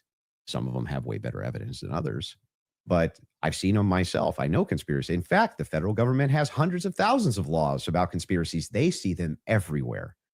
We both know this, right? That's never what the problem is. The problem is when you make claims outside Correct. of, well, wait a second. I'm just questioning evidence here. I'm just questioning what the state's case is here. I'm just asking questions. It's when you make claims outside of that, where you claim that there's good evidence or good standards you should believe because, and then it turns out that it's all nonsense or it's wackadoo stuff or it makes no sense. And when we have a chance to cross-examine your evidence that you've presented, I'm going to show a lot of that. A lot of this conjecture that's based on literally nothing, that leads from no inferences whatsoever. Like you couldn't even infer it logically. That's the problem. The problem has never been whether or not you just said, you know, there's not enough in this case so far until we get to the trial. I remain unconvinced. I'm sure there's tons of people who remain unconvinced yet until we get to the trial. I think that's fine. I think it's fine. There's people who are convinced too. That's never been my problem. My problem is the claims which are external to that. Okay. I'm not sure I really care if you have a problem with what I think in my own spare time. I don't understand not this your like spare- lecture that you what just did- gave. But beyond that, what I'm What? saying is that What the state lecture? is allowed to use. I didn't This is lecture what you. this is what my problem is. You guys are not like, yeah, you guys think while it's illegal. You can. You are allowed to do that. So, but anyway, Nobody said you can't. going back to you saying I wouldn't have a problem. I think I just demonstrated pretty thoroughly that what you claim that you have a problem with is exactly what the state is engaged in at this stage. So it just doesn't make sense. That's not the case. In fact, So the if people thing look is, and they say, the thing I'm is looking at funny- the gun and I see, and I'm inferring this, and someone else says, I'm looking at the gun evidence and I'm inferring that, they're both doing the exact same thing. they're not. You're just saying, I want to do it for the state. That's propositionally false. and That I'll is not explain- I'll propositionally explain false. exactly how. It is the case that every proposition is going to have a true or false conclusion, period. That's just logic, right? It's the law of excluded middle. All propositions are going to be true or they're going to be false. When we get into when we're making inferences based on propositions. We can actually come to true conclusions with false premises inside of a proposition. In fact, what we're talking about here is not whether or not you feel that you're convinced by this evidence. But you felt like you were Right? convinced. Sure. But here's the thing. When you ask me my reason, Andrew, why are you convinced by this? I can give you my reasons why I'm convinced by it, why it seems reasonable and rational to me to be convinced. You could even say, but Andrew, I'm just not convinced by it. If that was the limitation of your claims, we wouldn't even be having this conversation. That's why I wanted to have the conversation, in fact, was so that we could move into your actual claims that you've made, which transcend the idea of I'm just asking questions. Before we get into that, your team has one thing they want to show before you go into Okay. that. So If you want to pull that up, this is the Oh, we've had to prosecution take an file ad and break. showing I was like, defense what are we doing? had full discovery by April 1st. Oof. They did not. That's not true. Wait a second. Yeah. To date, the state's prosecutors have disclosed all evidence that is presently and reasonably available to them as required under Rule 16 Utah R Criminal, to be more precise, as of April 1st. Yeah, that was not 100%. That's why they're caging that by saying what's reasonable. There was an entire, and we can pull this up. Like, we should now play the Kathy Nestor clip because that's from there. So, and they were basically saying you don't need it at this stage, meaning it's not reasonable that you're asking for this when we're going into a hearing that's just going to be based on hearsay and stuff, things of that nature. But of course, by the time a trial comes, you're going to get all the Where discovery it's just show documents. cause. Yes. Yeah. So that's what they're saying. Yeah, I there. understand. Okay. So that's I'm even fine with yeah, it. that we all know. And then, by the way, just now that the hearing is over, and you can also fact check this, they now at the end of the preliminary hearing dropped like an insane amount of the discovery stuff they gave to them like the week after. You guys can give me the exact amount. I don't want to say because I don't know my I don't remember how much it was. It was an absurd amount of stuff that they gave to them right after the preliminary hearing that they had been asking for. Because that was one of the things that I kept saying on my show is as we were watching that preliminary of the preliminary, why not just give them the stuff now so they can engage in these arguments? Because I feel like you, it's like, I want to hear what they have to say about the text messages. Why can't you just give them what they're asking for so that they can actually engage you? And it didn't happen. So, but the judge ruled that it wasn't necessary at this stage. And that was the whole point of that because it's preliminary a show to the cause. preliminary. Yeah. Would you like to play the Kathy video? Well, he's saying he's not disagreeing, so I don't think we need There's to. no point here. There's no Okay. disagreement All right, that she said that. Yeah. So so I guess the I'd like to disagreements now also- would move into I, the evidences that you have stated on the record, which transcend elements of reason. Why are we in regards having to this a case. transcendental conversation now? Because Because first, they're all because related to this your case. entire thing was about looking at the evidence, which never made sense to me. Again, because all of the evidence that you felt to be overwhelming was hearsay. That was bizarre to me. You told me that I could take as much time as I No, wanted you to can. question you on No, these but things. I'm just asking you just to lay the groundwork of what you're saying is Because you've problematic. made That many, you many decide that it trips claims. into I'll something explain. else. And I do still want to hold you for going through because we've discussed the gun, we've discussed your. and you can hold me to those things, but I yeah. would like to get into the and we things should that you've discuss said. the screwdriver as So, well. and I'll explain exactly what the groundwork is. Mhm. When you make claims which pass the idea of I'm just asking questions because the state's evidence is not convincing, I think you have to answer for those claims because they are in regards to this case. You're saying, I have a claim. It is in regards to the assassination of Charlie Kirk, which is what we're talking about, not just the case of Charlie Kirk, his assassination. You should have to answer for the claims that you've made in regards to the assassination itself. Agreed. You should. Yeah, agreed. So if that's the case, then I would like to finally dive into some of that Yes. evidence Finally. and dive into Two it. and a Just half to be clear, hours in, and I'm 2 happy hours to have you talk about, like I said publicly, you want to engage in some conspiracies, but I said I want to make sure that we get to the substance of our debate. The substance of our debate This is the major is me substance. demonstrating that all of the quote unquote evidence that you feel that you have, which demonstrates that Tyler Robinson shot Charlie Kirk. You don't find convincing. I get it. It's been invalidated by the testimony that we saw, and in your answer for when I you haven't explained to you that he had invalidated the it. most degraded prints was I don't know. Okay, well there lies my ability to process that. It's just fine for you to not be convinced up to this point. All of your viewers, everybody watching, nobody's you're conceding. Nobody's giving on a that. dispute that if all your claims ever were just up to now, the evidence that the state's given, I'm just kind of not convinced.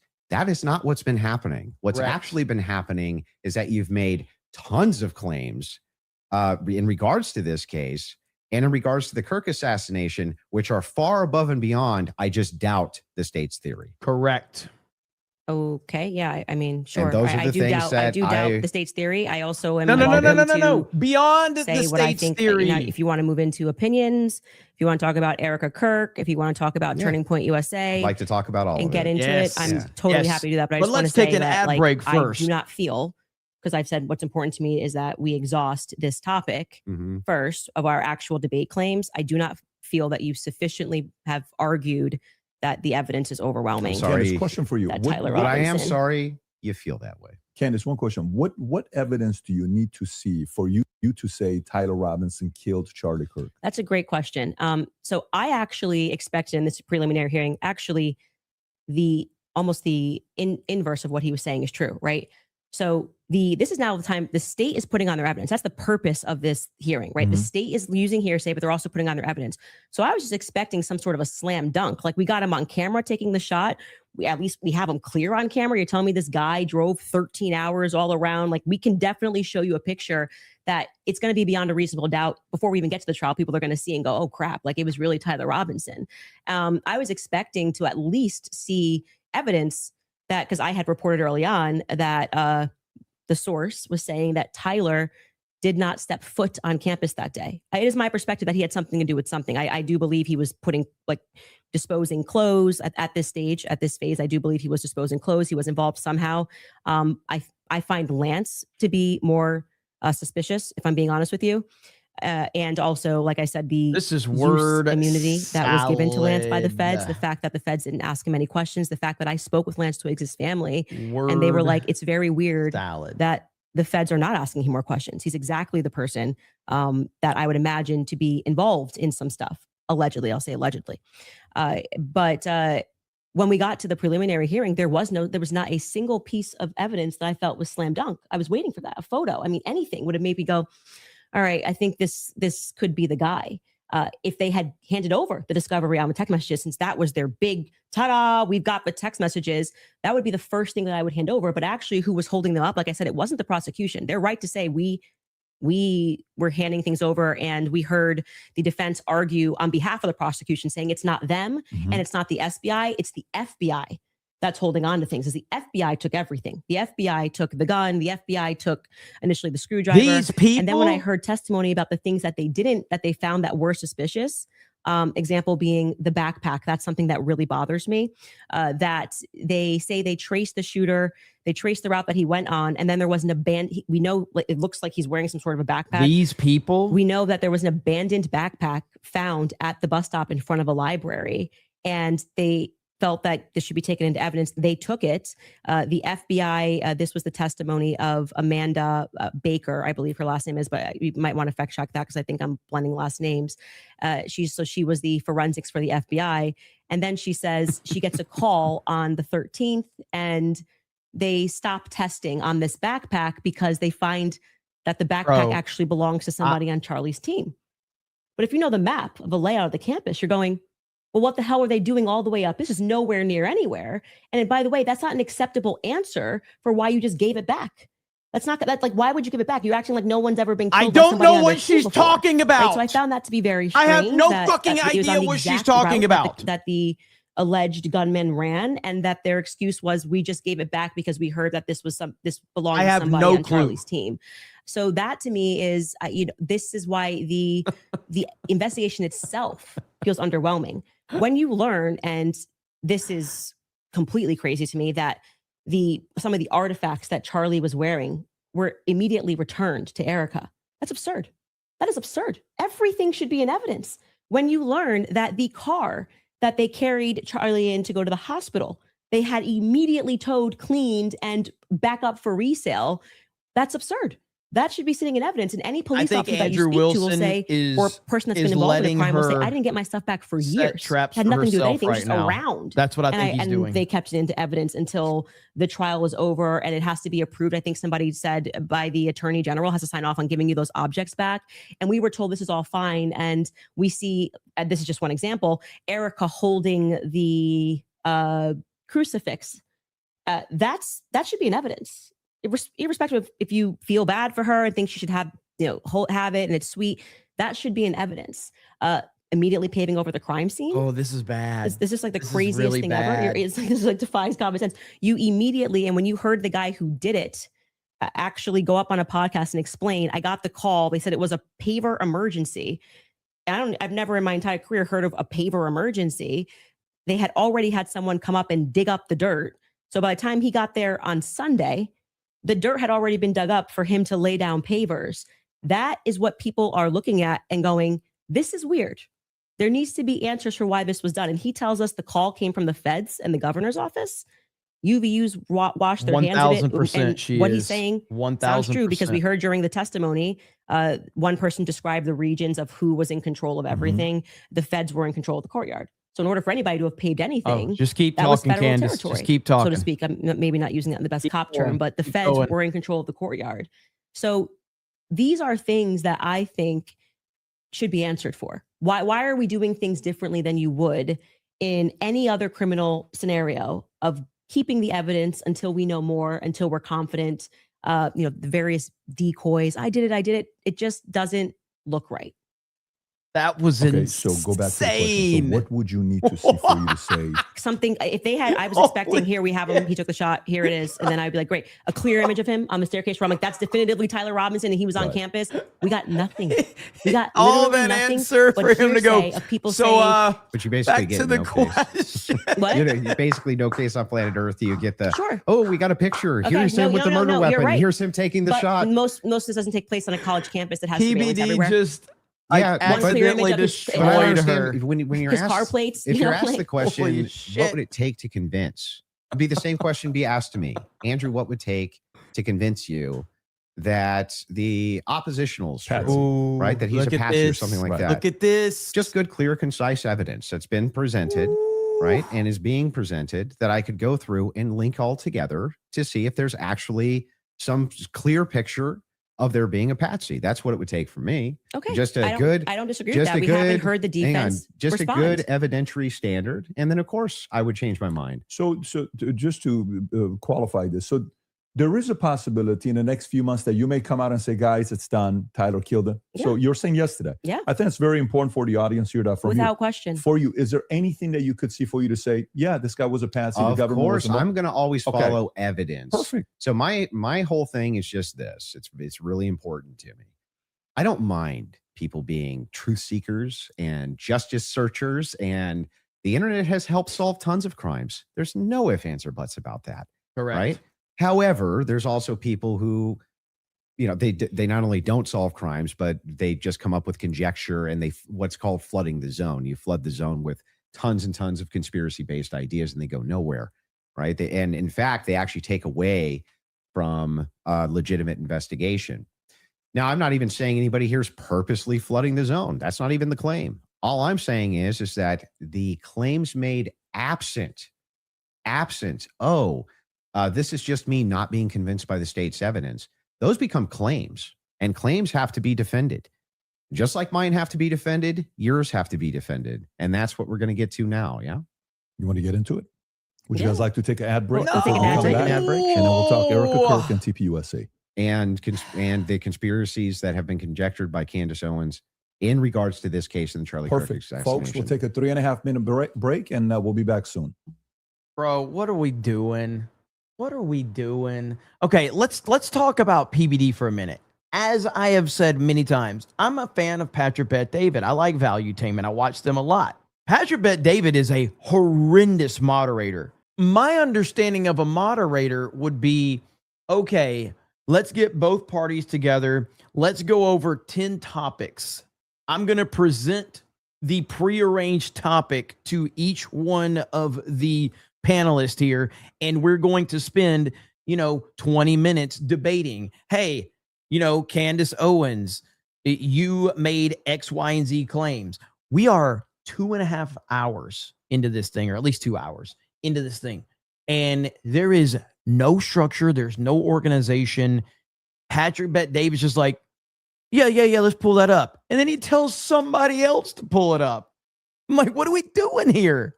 He's a terrible moderator. He is awful. Eddie, you said it. He's not a moderator. He's an advertising producer. That is exactly what this is. Okay, so we're officially back. Finally. Andrew, before we go into the other issues you want to talk about, is it fair to say you're good defending your position of the overwhelming evidence? Yeah. Okay, beautiful. You take the lead. Go for it. Yeah. So I have a bunch of questions for you, and I want to make it super painless, right? So no traps, no gotchas.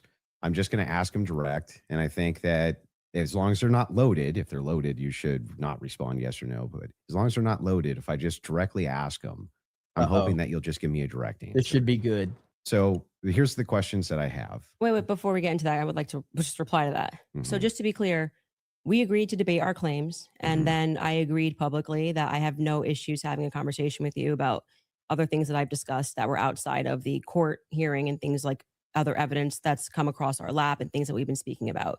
But I just do want to make it clear to viewers that for whatever reason, you think that you have a right to sort of depose me. I'm not deposing you. I just want to ask you some questions. You literally said that I want to be able to question this is a meta conversation. Right, but okay, so now we're transcending. Like, let's use a word to use a word that you're saying. But this is what you're doing, right? So this part to me feels like a bit of. Am I allowed to ask the questions? I've already said you can ask questions, but I made it very clear to you via email, my boundaries with you in conversation that we should be speaking. This isn't like you get to sit. I want to ask you if you want to depose me, you should join Brigitte Macron's defense team. But you're like, I'm just going to ask questions. Can you answer it? Blah, blah. It's like, I don't know what you're going to ask. And I'm going to answer as I see fit because I'm not. I get it. Yeah, okay. I get it. Just so we're clear. Usually in the debate, if something's not loaded, I'm just direct. Because you kept saying I'm Joe Rogan. They have no evidence. They have no evidence. And now you're like, let's move away from the evidence. Let's talk about transcendentals. Yeah. Okay. Anyway. So direct question, super easy. Was Lance Twiggs DNA on the rifle as far as you know? We can't say that for certainty. As far as you know. I already answered that in the first part. We can't say that for certainty. I told you the context of which they spoke about those things. So no, as far as you know.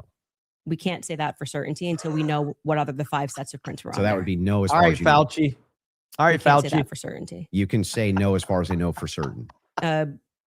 We can't say that for certainty. You can say that for certainty. if your energy here is going to be like you're my dad and you can tell me how to speak or what I'm supposed to say. You're man, the feminism I'm familiar with this debate strategy. But I am just yes or no. We're not debating anymore. We're having a conversation. So I already addressed that in the first half of this about why. No, we're still definitely debating. This is still. No, it's not a debate. This is you saying I want to probe things that sit outside of the evidence. I actually already addressed this. You asked me. You're not going to go like you're sitting and I'm on trial. I'm not on trial. Okay, great. So let's you can have a conversation as we've agreed to. Let's talk about the Foreign Legion. Sure. Was the Foreign Legion, do you believe, trying to kill you? Yes, that's why I reported it to the correct officials in government. That's what I was told, and I handed over that information to Tulsi Gabbard's office. What's your best piece of evidence for that? Well, it was positive evidence. It was told to me by somebody who is high up in the French government. I passed off that information to Tulsi Gabbard's office. I also passed it off to Trump's office, Donald Trump's office. And that's all I can tell you. I wouldn't be able to probe any evidence because I don't have the power to do that. I'm not the federal government. And I would also like to say that this becomes this other piece of what you do, which is when people say this, I was told this, and this is the evidence that I have, and I'm willing to have that conversation and write the email to the correct government body that deals with this. Like I can't hack into Emmanuel Macron's bank accounts and say whether or not the information. I agree. But then you go, well, where's your evidence? It's like, well, my evidence is that I reported it. I did the right thing that you're going to do. So if somebody calls and says, hey, Andrew, there's a viable death threat against you, and that person definitively has the rank to be able to tell you this, and you say, well, what I'm going to do now is I'm going to report that to the feds. Then I go, what's your evidence? It's like, well, I got the information and I gave the information that I got from who I got it to the right body of people. And that's what I did. Got it. I just want to make sure. So I'm not trying to trap you. Well, I just want to make sure. It's just asking a question. Know what you're doing now, because this has always been the thing. It's like we actually can't win on the overwhelming claim, so we're just going to go and bring up everything that I think can try to embarrass her. I reported exactly as I received it. I'm not trying to embarrass you. I just want to make sure that I get your positions clear. I have not said. Yeah, go ahead. And now you have stated multiple times that you believe that Israel's involved in the death of Charlie Kirk. Can you give me? Yes, we can pull up the clip. I'm sorry. I'm just saying. Can I finish the sentence? Go ahead. Can you give me the context for what are you talking about? Like when I say, generally speaking, why people think that Israel's involved? Okay. Where's your question? Yeah. Do you have any positive evidence whatsoever that Israel killed Charlie Kirk? Well, I couldn't say Israel was on the ground and shot and killed Charlie Kirk. I would say that there are various things that we're trying to establish, one being a motive. And since I don't believe that Tyler Robinson and his transferee is a convincing motive because he was fired up about politics, which Lance testified that he never spoke about with him, nor do I believe that he was so into LGBTQ issues, since Lance testified they never spoke about LGBTQ based issues, in Wisconsin, mainly on the East Coast. Chick-fil-A, which if you are into LGBTQ issues, wouldn't be your lunch before you go kill Charlie Kirk for LGBTQ issues, because you know, Yeah, it's but do ju- you have positive evidence? I'm answering the question as I feel like I want to answer it. Like I said, you don't get to for an hour and a half. But the question I'm questions and asking tell is me. about positive I'm evidence. telling you that in any case, establishing a motive and Mhm. and again, I already explained this at the top of the show, but the reason why people find Israel to be an interesting question is because truthfully, Charlie's perspectives were changing on Israel. Sure. And he was starting to realize how much pressure was being put on not just our government to constantly fight their wars, but also being put on his organization personally. If people had come out and been honest about that, rather than rabid claiming he never flinched and everybody's lying and this is not true, you would probably have people that just go, that's life. People change their opinions. I understand. And then there was the rabid, I mean, not even that. It's like everything was about trying to convince the public how much he liked it. So then other Israel. than intuition, how you feel about things, do you have any evidence Israel was involved in killing Charlie Kirk? I have already said, and if you're watching my show and the context of what I said, this is the general sense of why people think Israel's involved. Nobody has made the claim that Israelis, there were also, you know, obviously Ian Joe Carroll Kent made the claim. Well, Joe Kent, who I think would have the right to assert it, noted that there were 12 Israeli cell phones on the ground that day. I think most people would like to probe that.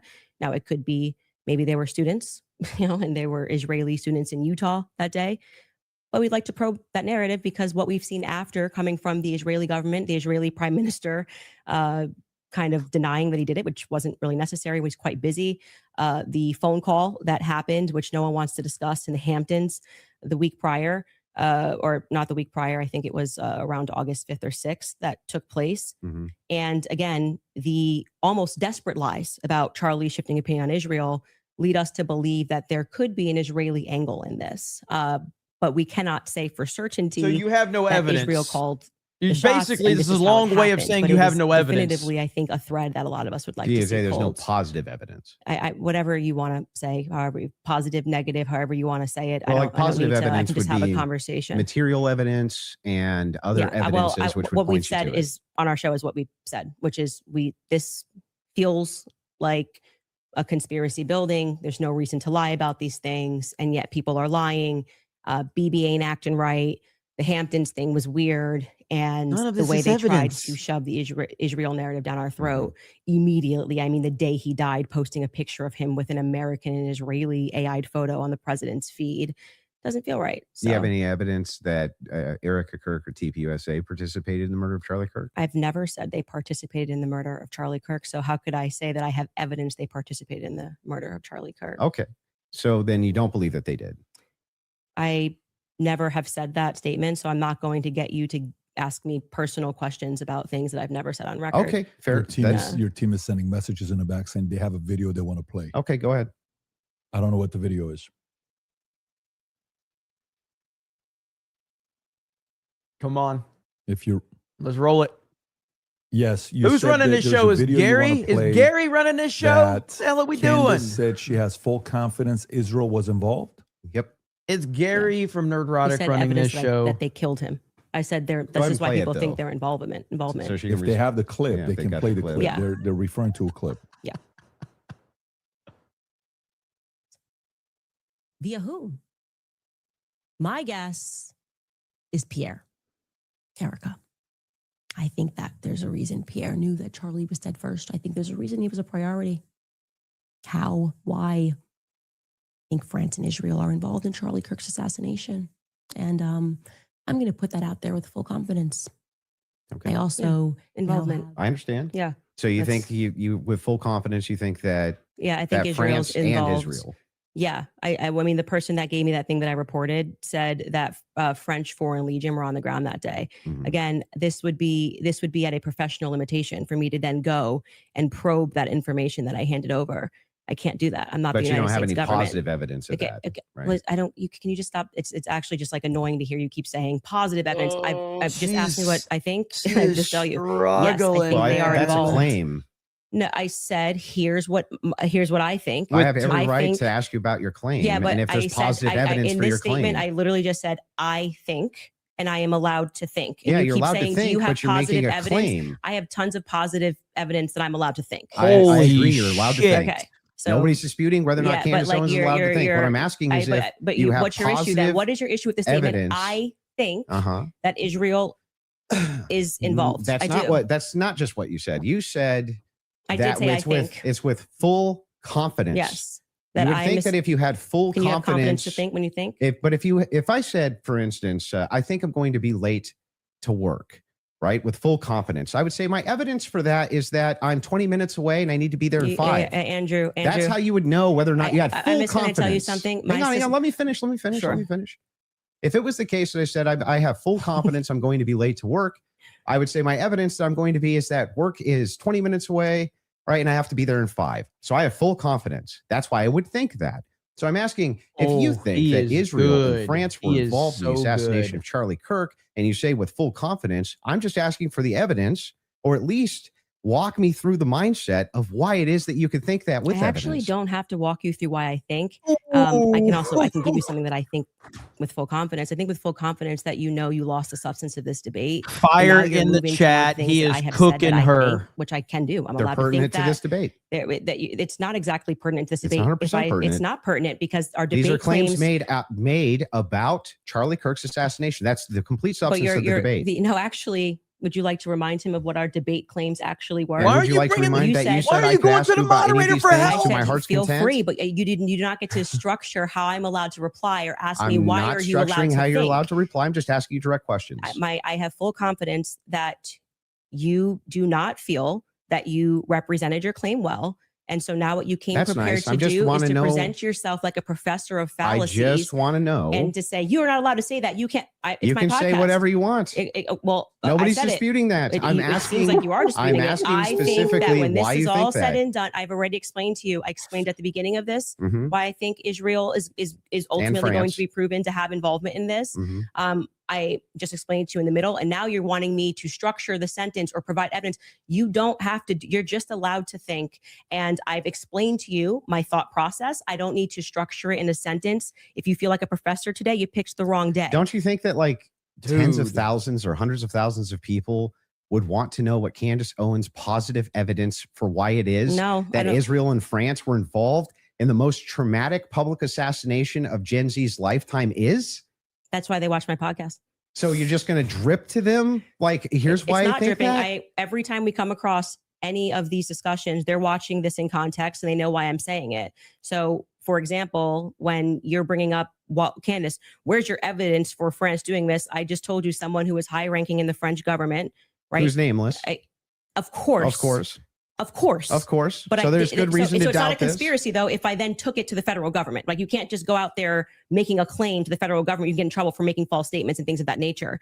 So, and then you go, she well, does I'm going to probe have a point that. Well, how can on you that probe one that? thing. She This happens absolutely to has me. a point. That's not what I'm probing specifically. This is my podcast. I am sharing my life and my experiences and what has happened to me. And you're basically coming in like you're going to, regulate how I'm allowed to say it. If I'm not trying to regulate anything. I'm asking very pertinent questions. You're sounding a bit like a professor trying to regulate and say, Candace, you sound very defensive and like you just don't want to answer questions. I did answer your question 3 times. I just didn't say it in the way that you wanted me to say it. You just kind of obfuscate and you run away from it. But I would like for you to actually focus on it. Let's just go through every clip that you guys have prepared, because it's pretty.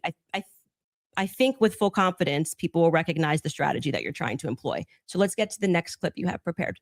Sure, they can pull up whatever clips whatever it is that you guys have prepared. So but I would still.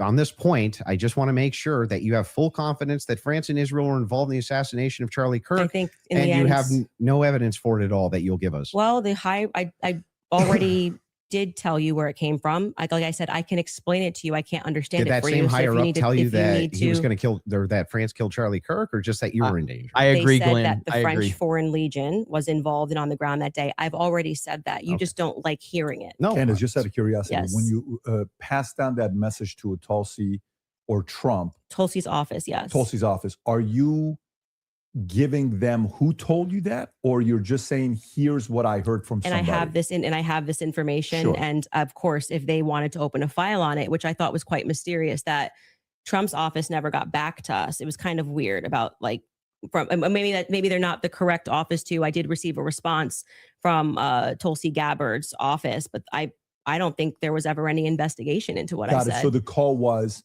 hey, I've been told the email. Yes. Email was, I've been told I have information. That the French Foreign Legion was on the ground during Charlie's assassination. And that, I mean, it was a lot of information, but Well, like you didn't give specifics who it was from. not in the first email because I figured they would like, Perfect. yeah, So if they do contact you, 100. are you yes, comfortable giving 100% who it is? I would absolutely give them as much information can I as ask a possible. question? If whoever's the U.S. government, why are you not? Yes, it's very strange to me. You know, so if that's the case, now they may respond back and say we did. You know, that's their position. I did. That's why I did it in writing. And so I'm glad that's the case Yes. because so if they And do right ask away in you- Trump's office, his like Margot got right back to me. She said it was on his desk, so he has that. There's no. And if you do say that and they contact that individual, obviously you don't have to leak your sources here. Is there enough credibility where that person would be willing to talk to them and explain to them exactly what their sources are? Yes. Okay. I mean, It seems reasonable. And so why he's asking me to defend that is like, I'm not.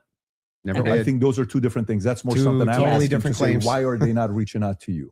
I've asked that many times on my Agreed, podcast. Bill. What do you think about that, Andrew?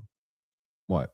The fact that she emailed, she gave it, and nobody reached out to want to contact the They source. that she's probably willing didn't to think it was share. actionable, is my guess. But even if they did think it was actionable, great. Every lead should be followed up on within the confines of what's rational and reasonable. Is it fair to say that this is maybe a different individual because this is a person that was involved with TPUSA, Well, we don't- had a relationship with Wait, Charlie? who? No, her relationship. Like Yeah. this isn't just anybody. So if an average person sends it, yes. Yeah, but I mean, we don't know who the source is. We don't know any Well, of then this. if you were in that department, wouldn't you want to, even you assign it to one of your There's guys no to guarantee say, they didn't look into it. How do we know? We don't How know. could they No, if how they didn't could they come if get she didn't give it the to them? information, more of the information? Because it And was a by the way, long file. Yeah. This is a separate, this has Did got you send nothing them to do the with the guy's debate. name? This is more on Well, I sent the email assuming that's you're saying like you go and you make a report, you think they're going to come back to you and say, hey, Huh. what's more information? We're investigating this. And that didn't happen, and which is what I raised. No, I I'm found asking, that, did you send them the especially source because of the this was at claim? a time where they were saying that they wanted to explore every possible lead. I even texted Dan Bongino. But did you? So actually it was three offices. let me ask one The question. and then executive I'm gonna come to you. office, Yeah. Dan Bongino, She's and this the- really and Tulsi Gabbard's office. Okay, so a follow-up to that is the following. this really has If no they contact you to say, point about what we're is talking that about. specifically to the French government or Israel's involvement in the killing of Charlie Kirk? That wasn't about Those Israel. are two separate things. That wasn't about Israel. It was Okay, they were got it. saying the French foreign, that person as a part of it was saying that it was the French Foreign Legion that was on the ground that So day. I'm surprised they haven't think called you. then I find that to be very strange too. I do as well. Because who would want to make a report? Like, I mean, I've never But- made a report with the federal but Let when me you government. ask one did- question. but Let me when you just did ask one send question. it- Mhm. Let me just ask one Okay. question, and then I'm going to bring it Okay. to you. Sure. The question is in regards to, I've not seen that clip, so I'm seeing it now. Mhm. I'm full confidence. I believe that Mhm. Israel French was involved. Is that also based on a source that somebody told you that Israel was involved in the assassination of Charlie Kirk, or is that a gut feeling? So in terms of Israel, I mean, what I've said is what I publicly have said here. I do think that at the end of this, we are going to find that Israel was involved. I do. Now, in terms of any of the hard evidence that's been presented, I think this has been a huge problem that a lot of us have had is that Mhm. they won't even explore anything else that was going on in Charlie's life personally. So if we're not satisfied that Tyler Robinson did this in any way, then every alternative theory should be explored. Other evidence should be brought forward. We've done that in our capacity. Like when people keep saying she has no evidence, it's kind of crazy. I think we've broken like more stories than any news source in the world. I mean, down to pictures, details, police officers, what the dog's name was, because we're not the only people that believe there's a conspiracy here. The police officers that were involved, the many police sheriff's offices that were departments that were involved that day, all believe that there was a conspiracy. Down to the U.S. Marshals believe there was a conspiracy. They were my sources at the U.S. Marshals were saying they were basically sent on a wild goose chase that day. But do you see how you say my sources? Am I not allowed to have sources? Well, Like the thing is funny. So is CNN allowed to have Well, sources? hang on. I but have we can't- sources. If I said I have sources that claim none of that's true. In fact, my sources claim that her sources are lying. My sources claim that none of them believe that there's a conspiracy. My sources claim all of them really think that Tyler Robinson was a lone gunman. If I just said that as hypothetical, wouldn't you say, what? Yeah, I think what Yes, probably adds weight is like then when I exactly. drop photos of the car that no one was supposed to see, people go, okay, her sources are legit. So, and then when what I say is then proven in court and nobody knew those things, people are recognizing that my sources are legit. When I say Charlie was scared in the last days, and then I dropped the text message, which you've just learned about a couple of weeks ago, of him saying he was leaving the pro-Israel cause when everyone was lying about that, then they say, I think Candace's sources are legit. So I think what's happened is I've actually built up a rapport with my audience that it's not vibes and dreams. And that's why they keep watching my content, because like, for example, when I just the other day released the content of the shooter on the roof doing the lateral crawl, then they're going, I don't think these are just vibes. It seems like Candace's sources are legit. So I've proven myself in the market.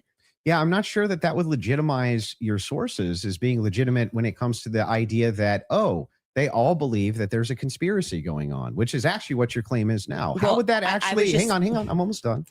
How would that, to PVD how would that legitimize, well, it's not his debate. How would it legitimize these sources that even if it's the case that you get some court footage or some things like this, why would it legitimize that your sources are telling you all the marshals believe it's a conspiracy, all the police believe it's a conspiracy, everybody believes it? How would that legitimize any of that? What I am saying to you, and you are not forced to believe it. So let me just explain what I was answering here. And I think that you understood what I was saying, is I have, because people trust me, compiled a lot of information and presented it to the public. And this information has been proven true. We've presented photos, we have presented videos, never before seen stuff. The public has never seen it.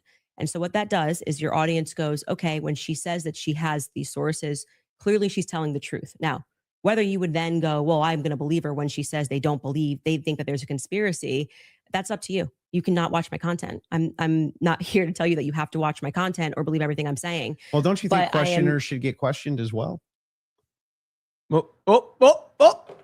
By who? I'm not committing a crime, am I? By just like saying what I think and collecting aren't evidence. most of the people you ask questions of not actually committing crimes? But what do you mean they should answer questions where? Like at a police station? Like no, what are you just saying? like if you want people to come in and answer questions for you. I have questions about this in the investigation. I have questions about this. I have questions about that. You want them to answer your questions. Doesn't it seem totally fair that you answer back the questions people have for you? No, they're not answering our questions. So it's also fair that they don't answer them. So you're That's why I okay. said So I Andrew Colvett should be in the chair. He's not. But That's isn't his that a double? prerogative. But isn't that a double standard? No, it's not, because he's not PBD for doing it. help. Yeah, but what that would still be a double standard. If you're requesting that he does do it, then that seems to infer that you think he owes you answers. Oh, so inferences are allowed again? And they never weren't. So that seems to infer that you think that he owes you answers. If that's the case, then don't you owe answers? Yeah, well, I feel like I'm answering your questions and his questions about, I mean, I'm talking about Andrew Colvett. His position is he's a spokesperson for Turning Point USA. So when the crowd turns against Turning Point USA on the basis of a lack of information or because there has been, I don't know, seeds sown of distrust, I would imagine, and forget answering my questions because it doesn't need to be me. Aren't you sowing a lot of those seeds of distrust? Well, I think they're doing a pretty good job themselves, if I'm being honest. You can blame it on Candace all you want. Well, people love to do that. The thing is funny is people act like I'm I ground think zero. I'll be fair with you. Ground zero of people not trusting Turning Point USA. I think that there was some actually PR there. I think there was some PR there. Sure, they could have done better. Absolutely. I'm not disputing any of that. One thing, though, that I want to just directly ask you is, do you actually believe that anybody in TPUSA or Erica Kirk or Erica actually participated, had foreknowledge of, or facilitated the murder of Charlie Kirk? I'm not going to get myself into a legal pickle here. Everything I've said is on my podcast. I think firmly that if I was the investigating officers, I would seat them all and I would ask questions. I would at this phase. I would. Okay, so what does that hypothetical, mean? Does that mean that you do think so? I think it was not a sufficient investigation into what we know to be true of 80% of homicides. It's usually conducted by someone you know, right? And the fact that was never even considered, that like I said earlier, the backpack was returned. How do you know that was never considered? Because they gave back the backpack as just one example. They gave back the backpack. They gave back the. That doesn't show a conspiracy. Well, I mean, it shows that the police trusted everybody and didn't just hold things up for a second. They ruled them out as suspects that quickly. I'm not comfortable with that investigation. It's a pretty big organization. There's $100 million incentive. This is what $100 million incentive? What I'm saying is his organization, it had grown to, I think it was 100 plus per year. Yeah, per year. If that's something you want to factor. Yeah, but what was your team wants to play video? If you don't mind, there's a video they want to play of Candace said it's impossible to not believe Erica's complicit. If you guys want to play that video. Could also just ask. And so right now, their guys are going out and they're going to look for evidence. And then by May, which is fortunately around the corner, then she'll see what they found. So what the F is that performance? How could you sit up there and say, yes, I 100% believe Tyler Robinson did it. That right there is why it is impossible for me to think that Erica Kirk is not complicit somehow. Because what? Those two thoughts actually don't even follow. How would it be the case that even if Erica Kirk did believe that Tyler Robinson was 100% responsible for the death of Charlie Kirk, let's just say she believed it with every fiber of her being, believed all the evidence, because she did. She just actually did. Would it then follow that somehow she's complicit in his death? I didn't say complicit in death. You added those two words. Okay, it's what's she complicit in? Yes. So sowing this narrative that Tyler Robinson is guilty. So you're chopping up clips. Like I said, you didn't have the confidence to come in well, and tell debate. me, So what now does you're that mean? chopping What it does up. complicit mean? We are showing a clip of her on Barry Weiss, which I can't remember the date that she did that interview. And Erica, when she is asked, "Are you one? Do you feel with 100% certainty that Tyler Robinson did this?" And she says, "I do." Then again, context matters. I sit down with Erica for 4 hours under the assumption that she had some evidence, right? Like I'm like, this is why I did not engage in any like Erica, everyone's questioning what she's wearing and all this stuff. I was like, I'm going to wait here because I don't know, just it feels weird to think that, did I think that some of her mannerisms were weird and stuff like that? Yeah, but that's not, you can't convict somebody on weird mannerisms. And then when I sat down with her and I was expecting for her to say, well, I'm obviously the victim on the case and we got to see the shot, taken or this or that, whatever it is. Great. That's why she has that much confidence 2 months ago. And when I sat down with her, it was nothing. It was nothing. Okay. So this is a conversation. How would that make her complicit? Complicit. And again, you said complicit in the death of Charlie Kirk. Complicit in what? Yeah. Well, if you let me finish my sentence, I could tell you that. But my point being is that then you take a look at this and you go, okay, well, this is weird. Why would you have this confidence? And then when you sit across from somebody and you say, okay, great, I want to go out there and defend you now. I want people to know that you can't say this stuff publicly, but you know more things. And she just blanks. And then she says, well, I'm going to call the lawyer. And she called the lawyer. Again, all of this is on my show. So out of context clips is not going to work because I know what I say on my show. Okay. So we call her lawyer and her lawyer says to us, she calls him on the phone, pardon me. And it's me, her, and Justin Strife. And I'm like, okay, great. What do you guys have? He goes, well, we don't have anything yet. We're not at that phase yet. And I'm like, well, what do you mean you don't have anything? And he says, well, don't you know how it works? It's a probable cause hearing. So basically the state says that they're going to bring this forward. And now our people go out and they look for the evidence to assert that Tyler Robinson is guilty. And so I asked her directly, her lawyer directly, the phone's in between us. I'm like, wait, so just so I'm clear, you haven't seen anything that the public hasn't seen? And he says, no.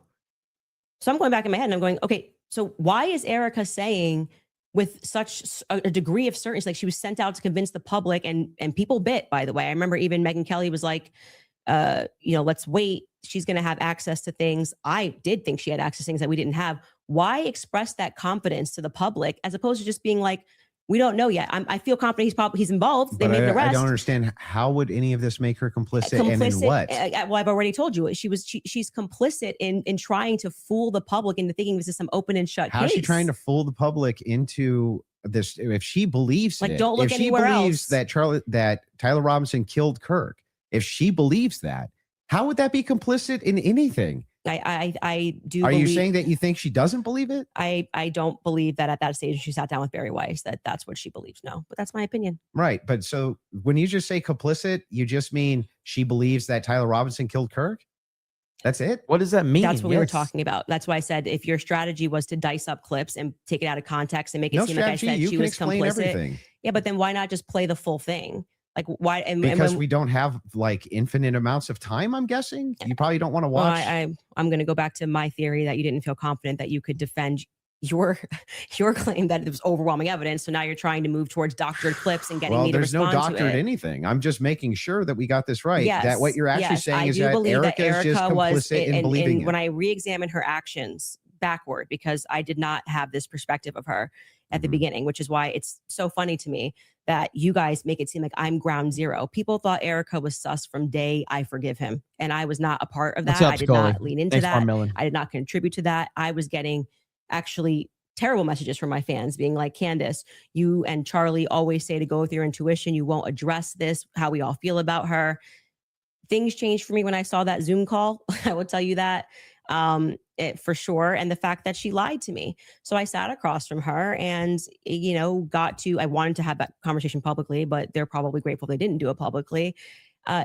She told me some lies. And so the next thing that happens naturally when somebody lies to you, you go, when any person lies to you, whether it's a toddler, people only lie when they're trying to obscure something else. Have you addressed what that lie was? Yeah, I've talked about, we have a list of lies that we've been told by, we can find that, In I'm the sure. meeting with her. Well, no, I didn't want her to cage up. I didn't want to do this, and because I didn't know what to expect. Like I didn't know if she was going to be like, I'm so overwhelmed with everything, and I don't know who to trust the organization, and I don't know what I'm doing. Like I didn't know. I didn't want to. Just out of curiosity, before anything happened with Charlie, how close were you and Erica? Not very close. So there's not a relationship. No, there. I mean, there. BBD, shut up. I would say it's totally normal. Like it's not like there was any issues at all. We were always nice to each other. It just is our life went to a different phase, right? So Charlie and I hitting the ground, running around, traveling 4 days a week. Now I get married. I find love of my life. I get married and I get pregnant. I've been pregnant. I haven't stopped being pregnant. And what you want out of life changes. You don't want to be running around for 4 days a week and traveling on a plane nonstop. You suddenly want to start building at home and live. I was desiring that suburban life. Did you guys ever do the double dates? You, George, her, and Charlie? Was there ever double dates between the four of you? I was engaged to George quickly. We were planning our wedding. I was kind of in my bubble with George. George traveled with me and Charlie, but Erica and him were just starting to date at the beginning of 2019. George and I were planning our marriage. Mhm. So George really got to know Charlie. I wouldn't say that I really got to know Erica. I was just rooting for them because I knew how much Charlie wanted to, find love. And so I was kind of his wing woman throughout that phase. And I was just happy. And I never was under the impression, obviously, that they were going to get married when they were dating. So it wasn't like I was conscious, I really need to get to know this person. And so it was just kind of normal that by that time, because of where I was in my life, that I wasn't spending any time getting to know Erica per se. So the complicit part about Erica to you, is that a gut feeling? You think it transformed when she lied. you can take the lead? I'm just asking questions. Yes. If you want to rock, go for it. I actually I still don't understand what do you think she's complicit in? Yeah. So when I say Erica's complicit, that's my opinion. When you tweeted Erica's too retarded to kill her husband, Yeah. Would you like to explain how you developed your evidence, your positive evidence for the fact that Erica was retarded? Yeah, sure. So Yeah. I just think all women are retarded. So you're allowed to just say stuff. Who knew? Yeah. So, and by the way, what dramatically transformed your opinion of Erica after going to the headquarters? Because Let's you were pretty hostile about. I wasn't hostile towards them. You don't think calling somebody too retarded No. is? Andrew won. That's like normal tongue-in-cheek stuff for me online. Oh, you're being tongue in cheek. Usually when I call someone retarded, I'm being tongue-in-cheek. Yeah. Like, for instance, you got supporters. I mean, if you want to use the same exact argument, you would take a supporter like Owen Benjamin. He called you bad names and called your husband bad names. You're just like, well, it's no biggie. I've never answered him on anything that he said. I'm saying that you now are her biggest defender. So do you still think I'm she's not too, her biggest defender? Do you still think she's too retarded? No. I didn't know Erica Kirk. I'd never met her before. Okay, but you had an issue with Turning Point being led by a bunch of fembots talking about the Still do. feminist angle. Still do. And then suddenly you go to the Still think headquarters. it's a terrible idea. You go into the headquarters. Mhm. Now all of a sudden you've got text messages that you're sharing with them. You say that you and your wife are getting involved with management. No. I'm not involved in any management at Turning Point. Well, USA. I'm pretty sure there is a clip of you where you say that your wife went to their recent conference and sat down. And then when you were on Joe Rogan. No. Hang on. I'll explain what happened just so that you understand. Yeah. So I was invited there to do some debate training. That's literally what I was invited there to do on recommendation. So I went down and did some debate. That's the first time I ever met anybody at TPUSA. Okay. And then you said you sat down with Erica. Well, I didn't sit down to her. I talked to her in a hallway. So you didn't sit down and speak with Erica? No, I didn't have like some sit down long conversation. We talked in a hallway. Okay. For, Is I that don't when know, you gave her the maybe- hug? Yeah, gave her the hug right there. My wife did too. We were both very sorry for what happened. Okay. to So her. at what point did you start receiving text messages from that you cited in your opening statement? Oh, that I you- just reached out to TPUSA and said, I'm prepping for a debate. Is there anything that's pertinent that I can use here? Do you find it interesting that people have been asking for, basic answers to questions, and you're saying that you walked into their headquarters and reached out and they It's instantly amazing, isn't it? If you reach out in good faith and you're not demonizing them and saying that they're Boom. complicit in the murder of people's deaths, that perhaps they're actually willing to release things to you that are pertinent, other than thinking that, perhaps you're diabolical. Well, I don't know. I, just and think don't have the I best feel like if I was intentions. going to release that information, I didn't demand that it be released to me. I actually never demanded that it be released. I just simply said that this is what was going on in the last 48 hours. Maybe to the media, they could release it. They could release it to PBD. They decided to release it to a guy that called Erica too retarded in June. So what? Yeah, I just think it kind of shows that Turning Point is sending you as their horse. Well, I don't They know just where don't you, have they don't have I the don't know where courage to you- have the conversation. like, I don't If they see were this- just releasing something in Let good me ask you faith a to answer question. questions, Do you have any I've never evidence of that demanded. claim? Yeah. it's Yeah, not baby, yeah. evidence. No? You're sharing your opinion No. that she's too retarded. I can't share my Uh-huh. opinion that I think it's Well, going to I never register met the as chick. really obvious to the public that rather than presenting that Mm-hmm. throughout the course of everybody wanting to know what Charlie was Mhm. going through his last days, they decided to give it to you to come to my house as some sort of a surprise. Well, Do you think the when- public's not smart enough to do see you through think? that? Do you think that if It's you talking know about terrible PR. if you know that there's a huge debate that's coming up that's going to be probably one of the most viewed that year, and one of the debaters calls you and says, I'm taking this position, this is the position that I feel like there's the most evidence for, and Candace also agreed to answer many of my questions in regards to this. So if you got pertinent evidence here that I can use, I definitely like take a But look. what is the It was actually amazing to me. It really was Mm. actually amazing to me how if you approach people in good faith and just say, hey, I'd actually like to know what the facts and details are around this, they actually do talk to you. It's amazing. Yeah, I just do not believe that they are doing this in good faith. I don't believe that anything you have done has demonstrated that's in good faith. It demonstrates that you walked into Turning Point USA headquarters and came out a different man because you were critical of the organization. You Still am. were critical of Erica, and now you're sitting here going, Well, Candace, first I of want to all, interrogate you for Have an you ever hour and a half been about everything hang on, you've hang ever on. Have said you ever about been Erica. critical of somebody that you hadn't met and then you meet them and you're less critical of them? And the inverse has happened too. I was You're right, less critical exactly. about Erica, and now I'm more But I'm critical about asking her. you, isn't it the case that there's people you've been critical of and then Mhm. you've met them and you're less critical after you meet them? Too retarded. I feel like Oh if my you think God. that she's If dumb you're gonna and say- let's just talk about your record. I mean, you're a person that has spent time in what most people would term to be the manosphere, talking about Kind of. well, yeah, I debate against the against feminists. and red pillars. Okay. And a lot of the actual, so I'm a Christian ethicist. I and then always you take go the on to ethics Joe position. Rogan and you're Mhm. like soft explaining away why Erica had to take over Charlie's company when they don't have a parent at home. So now you're a feminist icon. Like you just go into the headquarters and you just shift all of your perspectives. That's a bizarre criticism. Like nobody's in the bigger girl boss position than you. Yeah, I'm actually no. You're in the this is- biggest of the girl boss positions. Like you don't have to do this. Okay. You just do this. You could definitely not do it at all and be fine, right? But I you don't- still do. I would say that you are making a comparison that cannot be compared because Erica's husband was just assassinated in front of the world. Which the makes sense. Why parents- should we take the organization No, over? that it makes sense why you would go home to your kids, just so you know. Wait a second. That's bizarre. Yeah, You because wanna they don't have a protect- parent. They don't have a you wanna parent and they've protect- just suffered a trauma. You don't Yeah. go into the office. You 6 want to days later. protect your husband's legacy, Yeah, right? No, And you're trying to find some the new legacy normal. is his children, not the organization. It's both. No, it Yes, it is both. It It's is totally absolutely rational and both. reasonable to Nope. believe that Yes, it would it be is. both Turning Point USA that is part of Charlie Kirk's legacy. He worked his whole I life think for this is it. why people think she's sus. and his children. Now, for you though to say that anybody's a girl boss, right? That's I like didn't- the that- pot that calling the came out kettle of- black. That came out of your mouth. No, that was you. You brought up girl boss. Girl boss came out of your mouth. Yeah, I'm telling you that you brought up this idea that I'm defending some feminist nonsense. I'm not. I'm pointing out that they're by the way, She's not qualified always to take over objective- his company. there's always objective outliers to each situation. In fact, it's the exception that proves the rule. And I the actually interesting agree. thing She's here not. is, like, She's not qualified to I'm take over still this just company. as I do agree critical with of that. feminism inside of TPUSA as I've always been, and I'm just as critical of any pro-Zionist position as I've ever been. None of that's ever changed.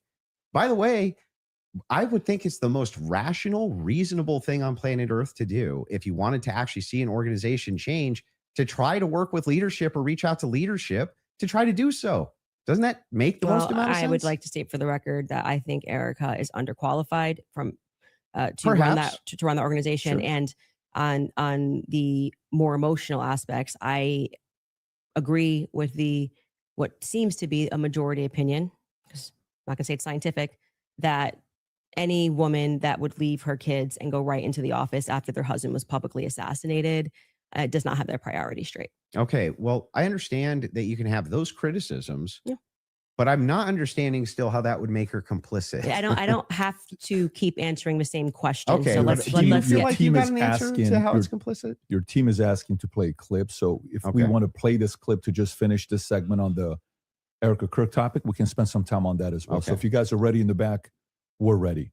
She's 100% jealous of Erica and Kirk. causing that 30-06 diameter, as would happen with a pet and explosives, as we've demonstrated to you in the past, it accidentally, because of how Charlie was crouched, went up and hit his neck.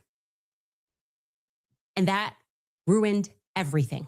That ruined everything. It was problematic. It's the reason why Terrell then had to scramble to get the cameras down, because they were never supposed to see it. They could have said reasonably that a 30-06 got eaten by Charlie, much more reasonably, obviously, than saying that the chicken bones in his neck stopped it because he ate vegetables. They panicked. That was what then, that's why Terrell's nervous on the phone with me. Again, this is my theory, and I am now very much sticking to it. Okay. They panicked. It's the reason Erica had to step out.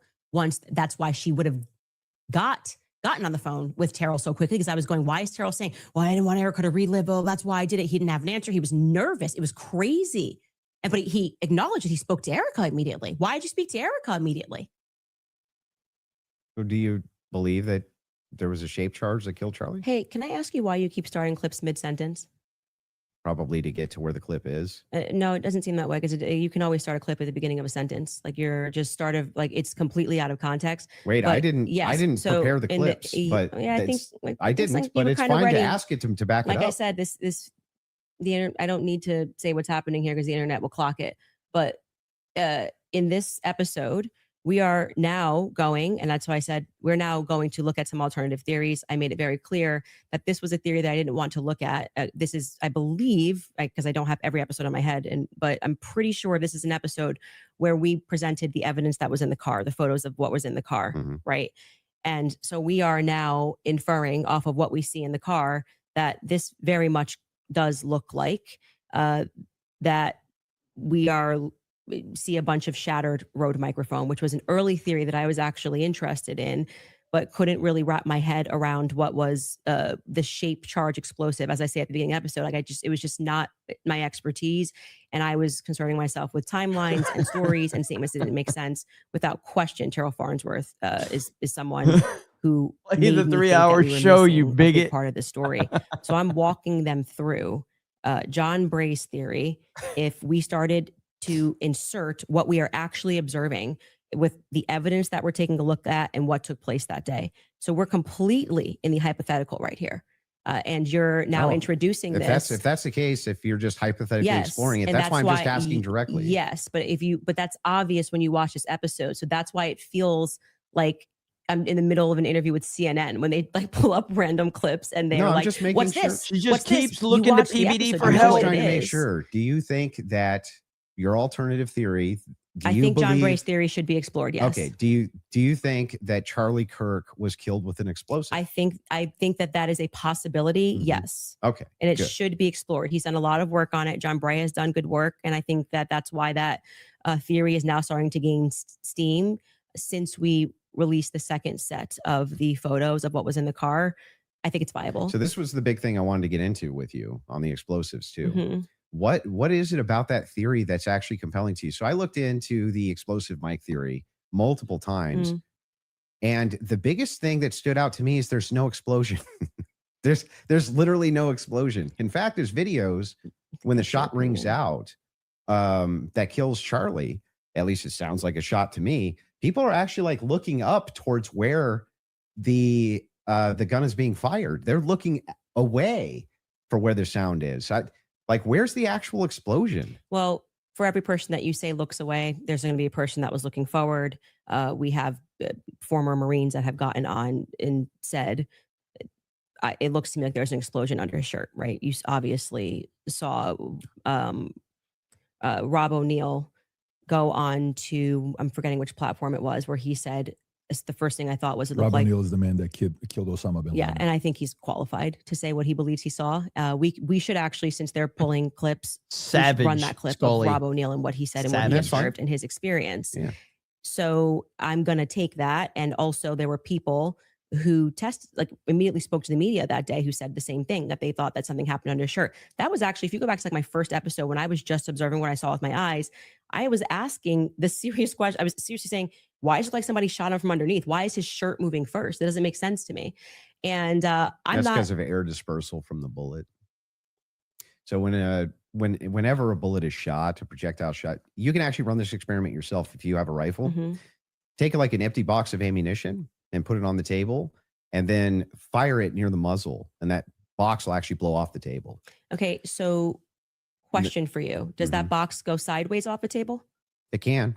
It can. Yeah, you can. It depends on the dispersal. You 3,000 pounds of energy or 2,000 pounds of energy coming at you. That's how much it carries. Well, it's not 2,000 pounds of energy. We can fact check that. How many pounds of energy is it? A 30-6 being shot 150 yards away. That's a great question for Grok. I'm going to say when we looked at it, it was between 1,500 and 2,000. I'm pretty sure pounds of energy coming at you, and you just go upward and to the side. I don't really buy that. I'm going to just say I just think that that's not but possible. It doesn't go through on top of that. So there's another miracle. You didn't get blown backwards. It didn't go through. But I also want to say that you're saying this can happen, and Rob O'Neill is infinitely more qualified, I think, to speak on that. Why? And because he's actually shot and killed people. Why would that have anything to do with anything? Because did he slow down all the videos of the people he shot to see if their clothes moved? Well, why are you able to assert your position as a fact? Because I'm gonna tell you how projectiles work. He's not even gonna I guarantee you this guy's not even gonna disagree with what I'm about to say. If it is the case that you have energy and you have mass, and the mass is moving in the air has to go somewhere. It doesn't have a choice. I think you're totally BSing right now, man. Not only am I not BSing, I'm telling you the truth. If a bullet is moving in air has to move out of way of bullet. But maybe not at the bottom of a shirt here. I don't know. I disagree with that. I'd like to say, for the record, I've watched some of you do these sorts of things where you assert something with a lot of confidence, and you can fact check it. Your check if bullets displace air. Not about whether it displaced air; it's where it dispersed the air. Underneath his shirt here. It's not underneath the shirt. A bullet's this big, and you're telling me it's going to hit his neck, Candace, and then it's not underneath the shirt. It starts up here, and the collar's moving, and then you see the wave here as he's moving backwards. No. Yeah, that's not true. It's not. And we obviously can't show that clip. I disagree with you. Okay, I understand you can't show it for TOS purposes. Exactly. I disagree with you. People can go watch and make up their own minds. We don't need to debate it. Whether or not that was the first thing I said was, why is his shirt moving first? That didn't make sense to me. It almost looks just like this. It goes across. His necklace breaks first before Charlie even reacts. If you watch it in slow, his necklace breaks first, which I thought was very odd. And then you see a puff here, and then the next thing you know, there's the entry wound on his neck. I would not confidently assert that I see smoke. I've never said it on my platform. Do you think that an explosion generally has smoke?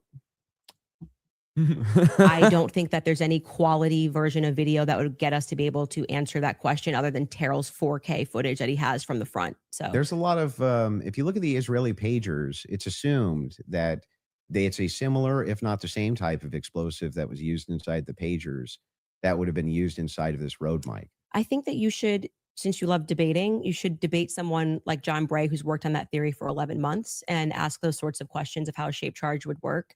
I presented the evidence of what was in the car. And I also, at that episode that you're clipping, said John Bray has done an unbelievable amount of work on this. And I think he has debated a ton of people, actually, regarding this topic. So that's the route that I would send you on.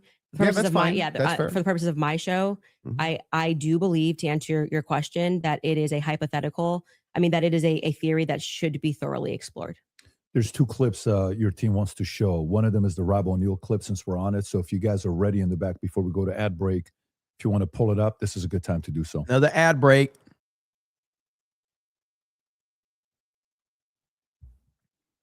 and good to see you, General Holt. You too. A lot of things bothers me about this. Nothing in particular. And it's not like I'm out there saying big lie or conspiracy or someone did it. I'm just saying I've been in a lot of shootings. I've killed more than a handful of people, and this thing looked shady off the bat. I mean, I've killed people closer than I saw the camera, and I've never seen a shirt move like that. That looks like an explosion to me. Just the fact that no one started doing first aid to Charlie Kirk, they were more concerned about getting SIM cards out of cameras, removing cameras, and then getting him off the X somehow. There didn't seem a lot of concern for his life. It seemed like just clean it up. And then, I mean, I've been told they paved it over a couple days later. And then you get Erica Kirk behind all the razzle dazzle, and she's really quick to forgive the alleged shooter, which technically says that was him because I forgive him, but that you can't forgive Candace Owens for having an opinion or asking questions. And they mock people by saying, "Oh, I'm just asking questions." Yeah, I'm a SEAL Team 6 sniper. I'm asking a lot of questions. No one wants to answer them. And you're able to ask. Okay. He's actually said very little about the explosive there. So I'm he just saying he observed, he said he's shot people up close and he's never seen a shirt move like that. And it looked to him like an explosive. That's what he just said. But when I play that video at full speed, I can't see a shirt moving. I can only see a shirt moving when we slow it way down. So if I'm in real time, I'm just assuming this, right? If I was in real time and I was in like a close quarters combat, you kill somebody situation and I shot them, would you even see the shirt move? Well, I just feel like 5 minutes ago, you were arguing that it was because the bullet carried air. Now you're saying you don't see the shirt move at all. Yeah, but that's, if you slow it down, the disbursement of air, that's where you're going to see it, right? It's going to be very quick, very, very, very, very fast. Yeah, and then that's not what I saw. And clearly it's not what he saw. And he thinks that there could be an explosive. So I'm just saying to you, when people disagree with you, your opinion's not a fact. That's all. I understand. I think that's a good place for us to, if we have another ad break, and then we can keep answering your questions. More. I mean, I think, yeah, sounds good. Perfect. We'll do a quick 3.5 minute ad break. We'll be back for the last. Cool. 3.5 minutes. 3.5 minutes, guys. I think that what Andrew Wilson said about Candace Owens having questions about the official narrative, no one has an issue with that. Nobody. Questioning government and official responses, that is completely fine. And he did lose a little bit of his momentum on that because that was a perfect jumping off point, because it's really not about her questioning anything. It's about the accusations that she continues to make, and she doesn't have any evidence of any of that. And that's the issue right there. I think that she just completely looked stupid and completely out of her element and overwhelmed. She keeps looking over to Patrick Bet-David. She is not qualified to be sitting down with Andrew Wilson. Andrew Wilson is cooking her. PBD is a terrible moderator. And I say that as a guy that I like him. I'm a fan of PBD. I'm a fan of his podcast and his valuetainment and all of that. But he is a bad moderator. In fact, as someone said in the chat earlier, he's not actually a moderator. He's the producing advertiser, is what he is. He's there to go, when are we going to get ad reads? You know, when am I going to save Candace and let's go to break? That's essentially what it is. Should have been Joe Rogan. Yes. However, Joe Rogan's on record here just yesterday basically saying he's starting to believe Candace's stuff too. So I'm not sure how good of a moderator he would have been. Either way, I think she knows exactly what she's doing in terms of her audience. Her audience eats up what she's doing. Now, I think she made a bad decision to go up against Andrew Wilson. She does look really bad against him, but there's a reason. I was just looking. Her channel right now, she has 220,000 people watching on her channel.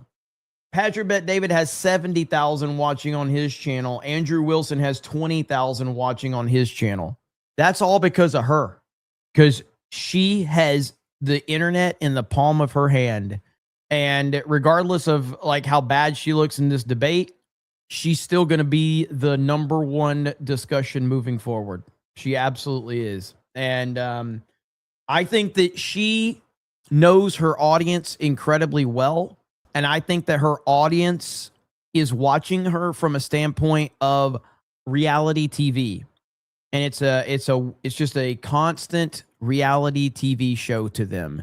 They don't actually care about Charlie Kirk. I'm not saying everybody in her audience, but I'm just saying like the majority of her audience, it's a bunch of women who are looking for reality TV, and there's this drama involved. You've got a widow that could have had some type of involvement who's taken over the company, and you've got this really wonderful husband that was murdered in front of the world, and you've got a foreign government that might be involved in it, and you've got people within the company that might be involved. It's literally reality TV for the majority of her audience that she is talking to. That is what it is.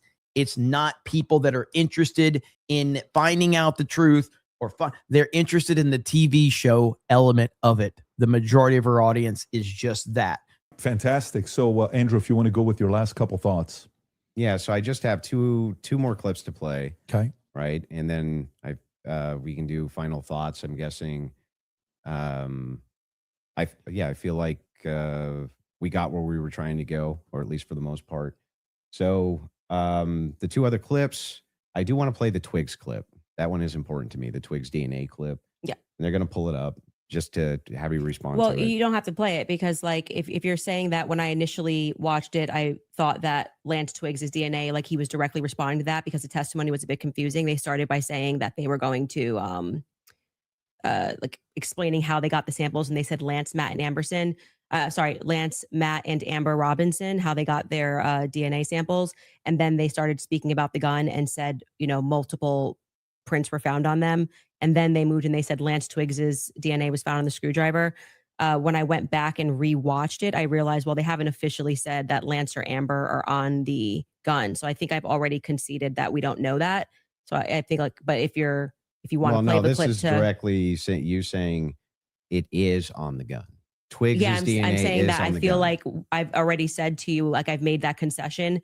But just to be clear, whenever I make a mistake, I just correct it. So that's why when you were asking me 3 times, I've already said we don't know yet, and I've corrected that mistake. So if the purpose of you showing this is to demonstrate that Candace makes mistakes sometimes when she's taking in a lot of information and she's reading through legal documents and she's trying to remember 9-hour testimony. It's just demonstrate something else. It is, in fact, the case. We're all going to make mistakes. Yeah. I'm going to make mistakes. And I've already You're going to make mistakes in the case. Yeah. But in this case, you were very adamant that his DNA was on the gun itself. Yeah. So I'm just saying that it's not ruled out. We know that there's 5+ prints. I've said this so many times. I had to rewatch the testimony. She's very defensive. 9 hours a day. She's very defensive. It got very scientific when they were speaking about this. And I think I wrongly extrapolated that they meant all 3 of them were on the prints, when the only person they officially named was Matt Robinson. So we don't know yet if Lance Twigs has his DNA on the prints, DNA on the gun officially just yet. Okay. I've already conceded that. Sure. So that's fine. And then the last one is one with Erica Kirk. Sure. This is like the Erica Kirk. All right, Well, Erica. You could just sit down with me, Erica, but we can do it this way. This goes back to a previous claim that you made. Yeah, sure. Bringing it up. Straight to jail for questioning, at least, Erica.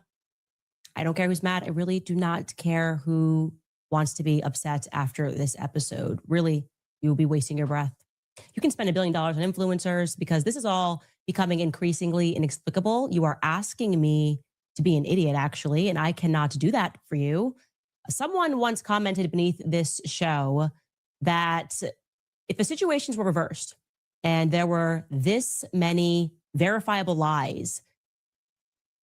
So straight to jail? Yeah, so that's the show intro. And straight to jail is a monopoly term. Okay. Like, so do not pass go. Yeah. Do not collect $200. Yes, it's obviously tongue in cheek. And then we explain that actually I think that she should be brought in for questioning because of inconsistencies. So this is the exact episode when I started to think that she should be sat down and questioned. And I still believe that. I still hold the perspective that Erica should be sat down and she should be properly questioned. Do you know that she hasn't been?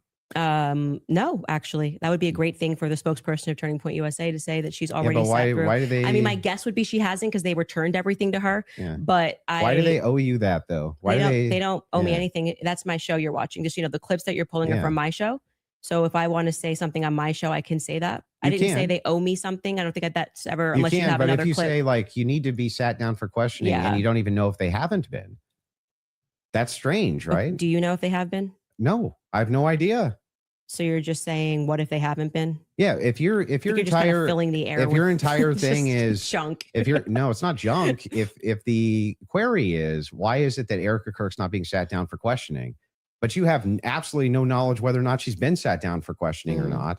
What that does is it creates an innuendo. It creates an inference. It creates out to the ethos that this should be happening because something's wrong here when you actually don't have the knowledge that anything's wrong at all.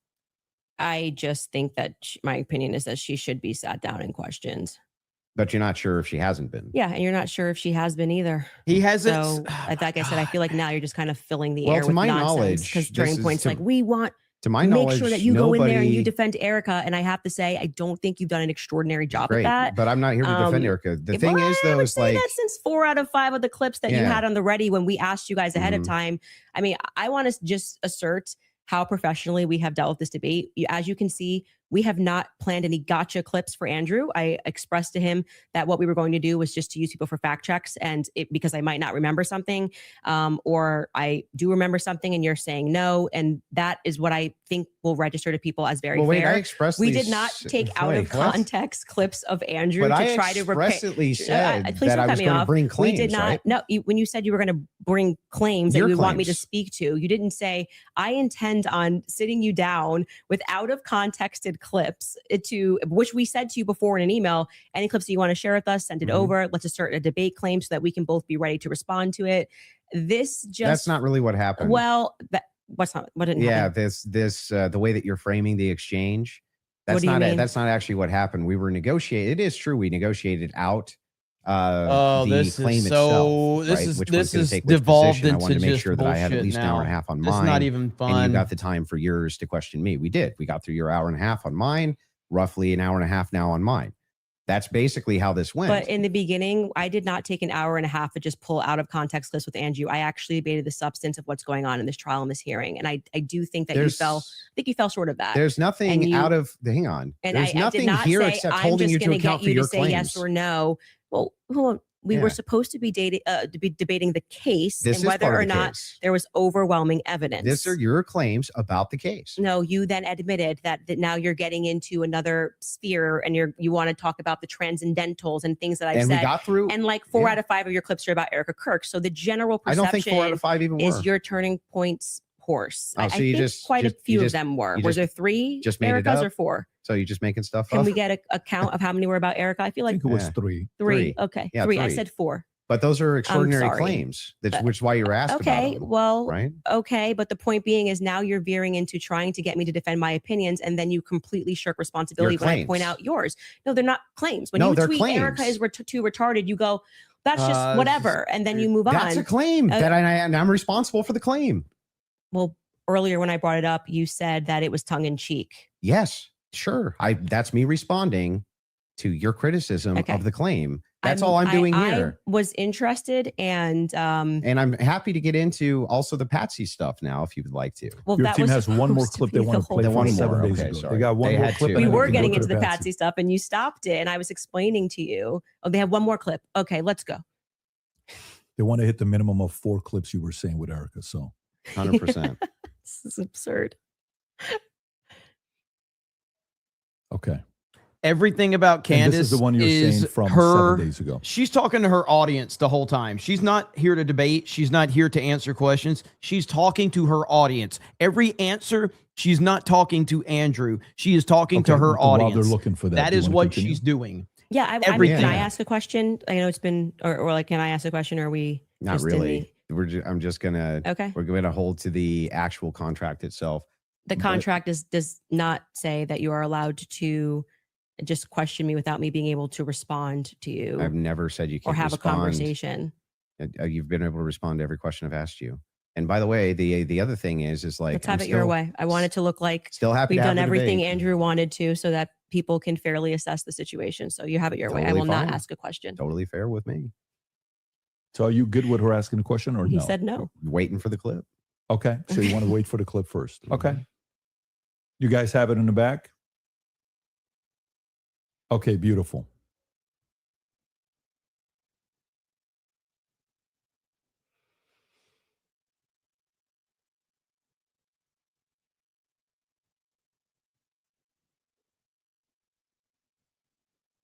You need the Jeopardy. Your team told me they had it. So That's what I heard. Okay, there we go. come on, guys. Did this crime. Okay. Because Lance I can't hear Twiggs this. My has thing his went out. Just DNA tell me what on it the said. I'll towel. hear It's fine. Lance Twiggs has his DNA on the rifle. Lance Twiggs And to has be his clear, DNA on the Lance rifle. Twiggs' Said this- DNA proceeded this 4 times, was but I don't not know why they as feel like they need degraded to- as Tyler Robinson's DNA was on Tyler's rifle. It's Tyler's rifle. No, you But also Lance's said, yeah, it's DNA not as degraded on the rifle. Yeah, because I thought he was one of the things, but I've Right. already that's what I mean when I say that. Like, it just seems like you're not actually here trying to engage, because even before you got to this, and I knew that you had some secret clip planned, I said to you when I rewatched the testimony, I realized that they didn't explicitly say Lance Twiggs. They said 5 other profiles were on it, and that his was the most degraded. So I hope your team feels fulfilled in playing that. Is there any more? I'm happy to play every clip that he has on the ready. Anybody? You said you had some new evidence at the beginning of the. Oh yeah, debate we that should you had show that something text new. message that you read, you just wanna because share I that? think that's important for the public. You shared it out of context. I'll do it on my show. I'll share the text So you're going to message. read it on my show, but not show it. Correct. Okay. So I'll show it on my show, but that's what I'll do. I'll show it on my Can show. I ask why? Well, because I want to drip out the evidence. You know, that's got to drip out that evidence, keep people coming back for the show, right? I don't know if Snark serves you so well. I'm just saying, like, yeah, I'll release it there. Yeah, that's my intention. But yeah, I'm fine with closings if you want to do closings. Well, I also would just, if I may ask a question, is that permitted? Go ahead. Just so I also have clarity, since your basis has been evidentiary, you keep saying that you have evidence, or like you are following evidence. Which one of the charges against, or all of them, do you think Tyler Robinson is guilty of? The specific charge? Yeah. Yeah. So I think is that Tyler Robinson shot Charlie Kirk. Yeah, but of the 7 charges that he's being charged. Yeah. Can we list them real quick? I'll tell you exactly which ones. We'll pull them up. Well, do you know any of the charges that he's up for right now?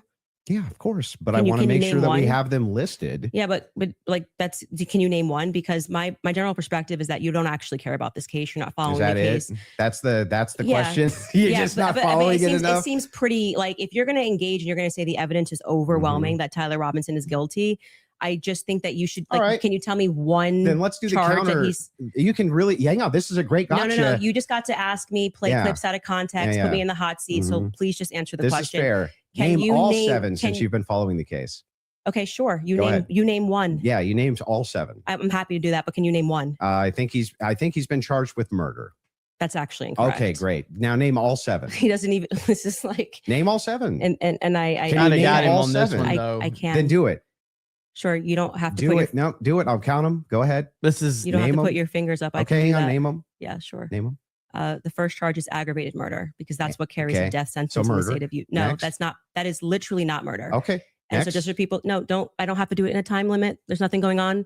And just to explain to people the difference of why that really matters and shows that he doesn't actually care about this at all, is because aggravated murder, it's narrowly defined, Just and because avoiding it the carries question. a death sentence. I'm going to answer the question. Okay. You're just going to recognize that your strategy of thinking that people are intimidated when you try to put a time constraint doesn't work, and you'll be better the next time you debate I got someone. it. I got it. Give me the other ones.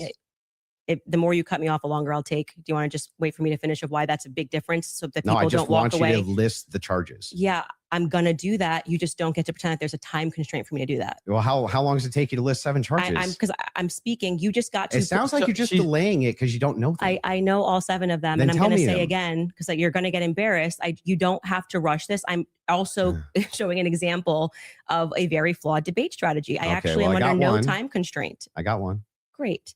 The second charge is the felony discharge of a weapon. The next 2 charges are for obstruction of justice. Okay. The next 2 charges are for witness tampering. And the And what's final, the specific charges, though? that is them. Obstruction of justice, Both of obstruction those- of justice, witness tampering, witness tampering. Okay. And there's no other specifics to them. Well, I can tell you why he's being No, charged no, with no. it. Just the charges and then 7. Yeah. See, the bad thing is when you try to be an a-hole and it doesn't work. What's the 7th? The last charge is violence in front of a minor. Okay. Got it. So then He's being charged. Can with we get a murder. fact You just check say on that, aggravated. moderator? Can we get a fact check, That's the moderator? distinction. You just want to It's a massive. Got you it. Get a can't even fact you check, cannot say moderator. murder versus aggravated massive murder. distinction. This gets to the entire crux of why him being up for the death sentence. And I actually find the defense's filing about why this is not aggravated to be very compelling of why it's not aggravated murder. I actually think that if the state was going to even try to pull this off, they should have charged him with just murder. And then I do also, again, want to stress to audiences that debate strategy of thinking that you have to speak faster or somebody puts your hand up and they try to pretend like it's some sport. I think he thinks it's a blood sport. It's not. It's about being right and being principled when you're engaging. And you can make mistakes. I make mistakes all the time, but at least be genuine in pretending that you care about this case enough to know one of the 7 charges that are up against Tyler Robinson when you say the evidence is overwhelming that he's guilty. If you would like to move to final statements, I'm fine. I want to make sure Andrew has had the time that he has requested. I think your team would like to pull up the 7 charges that he just asked you about. If Sure. you guys want to pull that up just to confirm the 7 you went through. Can you guys zoom in a little bit? For Aggravated murder, felony discharge of a firearm, obstruction of justice, which is counts 3 and 4, 5 and 6, tampering with a witness, and count 7, violent a said offense in the presence of a in front minor. of a child? Yeah. That's what So I said. 5, 6, tampering witness, 3rd-degree felony. Now, I did notice something I just was curious about. If I'm just wondering, when you pulled out your phone just before you asked that question, did somebody by chance text you that question? You can check my phone. I'm just curious. No, you can absolutely not. I have not had one communication Okay. with a single person, not even my producers who are in there this whole time we were here. You want to check my phone? I'm happy to do it because you're just going to get double embarrassed. Where's my phone? You should want to do see it? I'm You just can. curious. Yeah. You can literally do that. Here you go.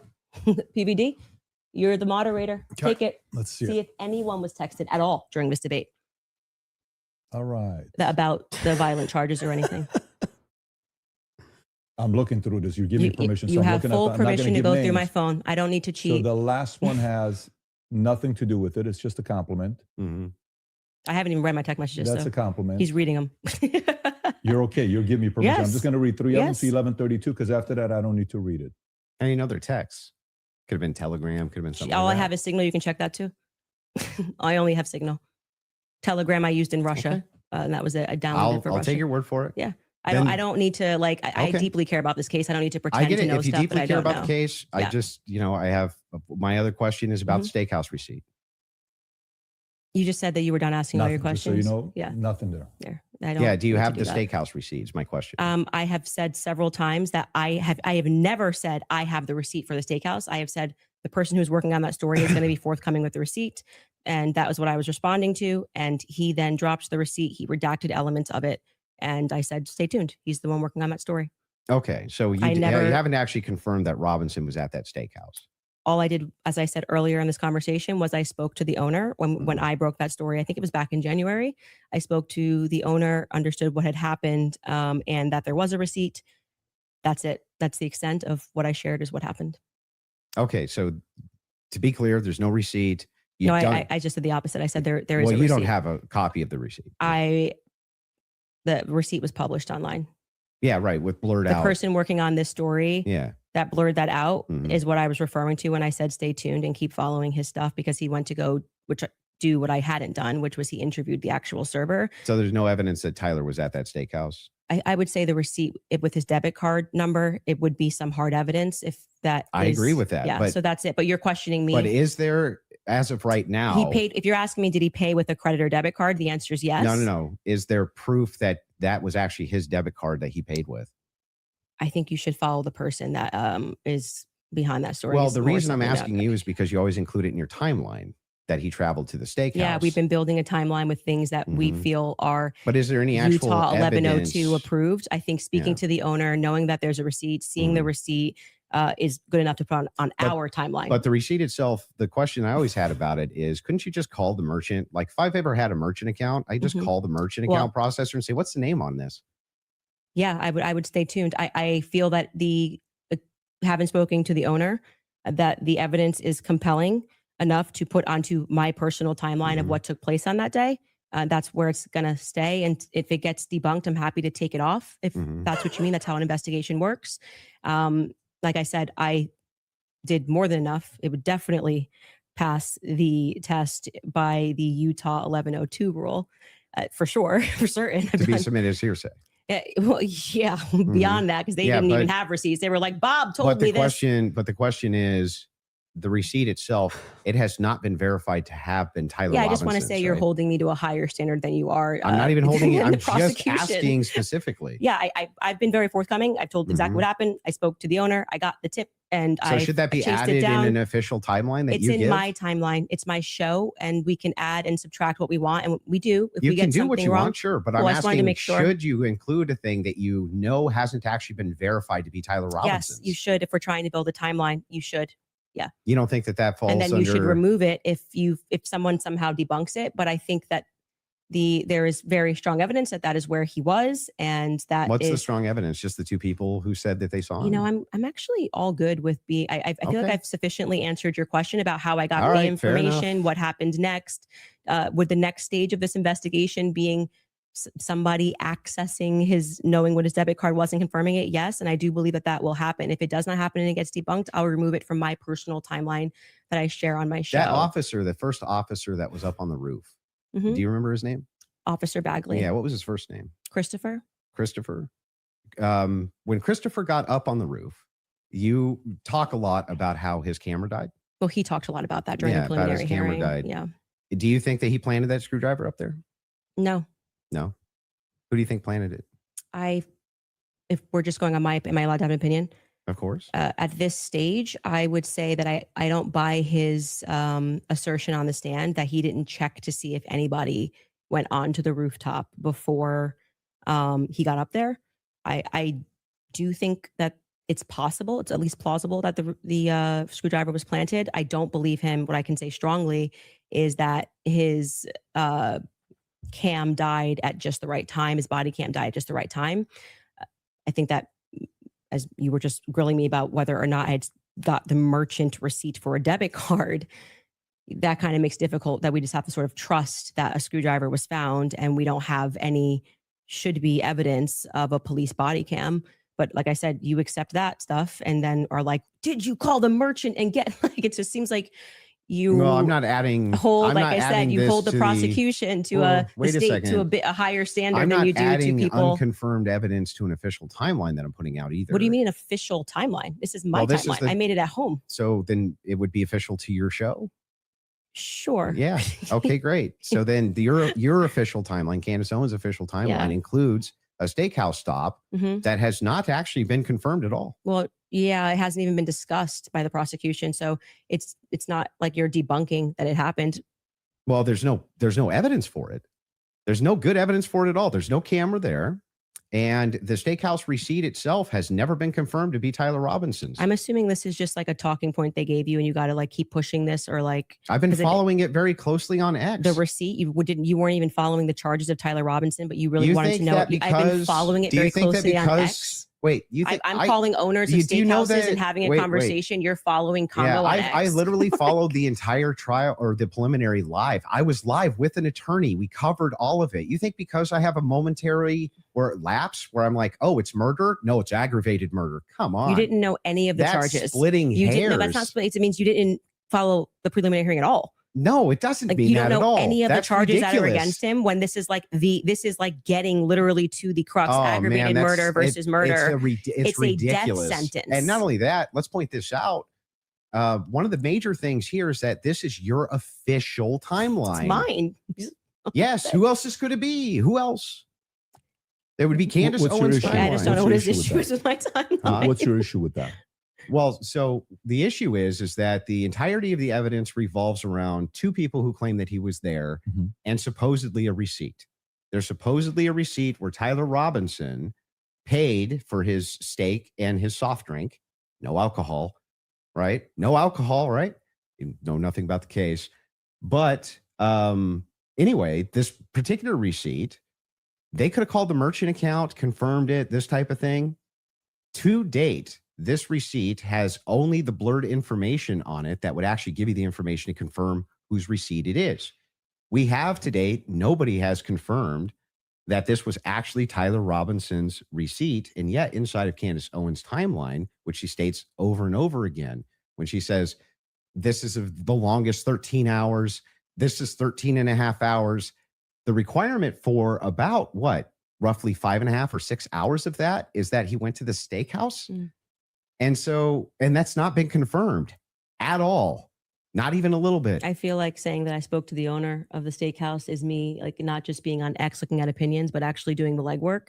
And that's why like I said, if you think this builds up a rapport with your audience and makes you seem like a serious person, we don't have to keep belaboring the point here. I feel like I've demonstrated that I did as much as I could to confirm this when it came in.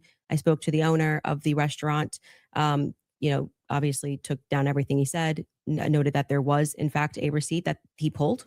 That receipt that was published is real. A debit card and a credit card was used. If for some reason somebody misidentified something down the line, or we find out it's a different Tyler Robinson, I'm happy to remove it from my timeline. But for right now, I think that there's enough under the Utah 1102 rule for me to keep it there.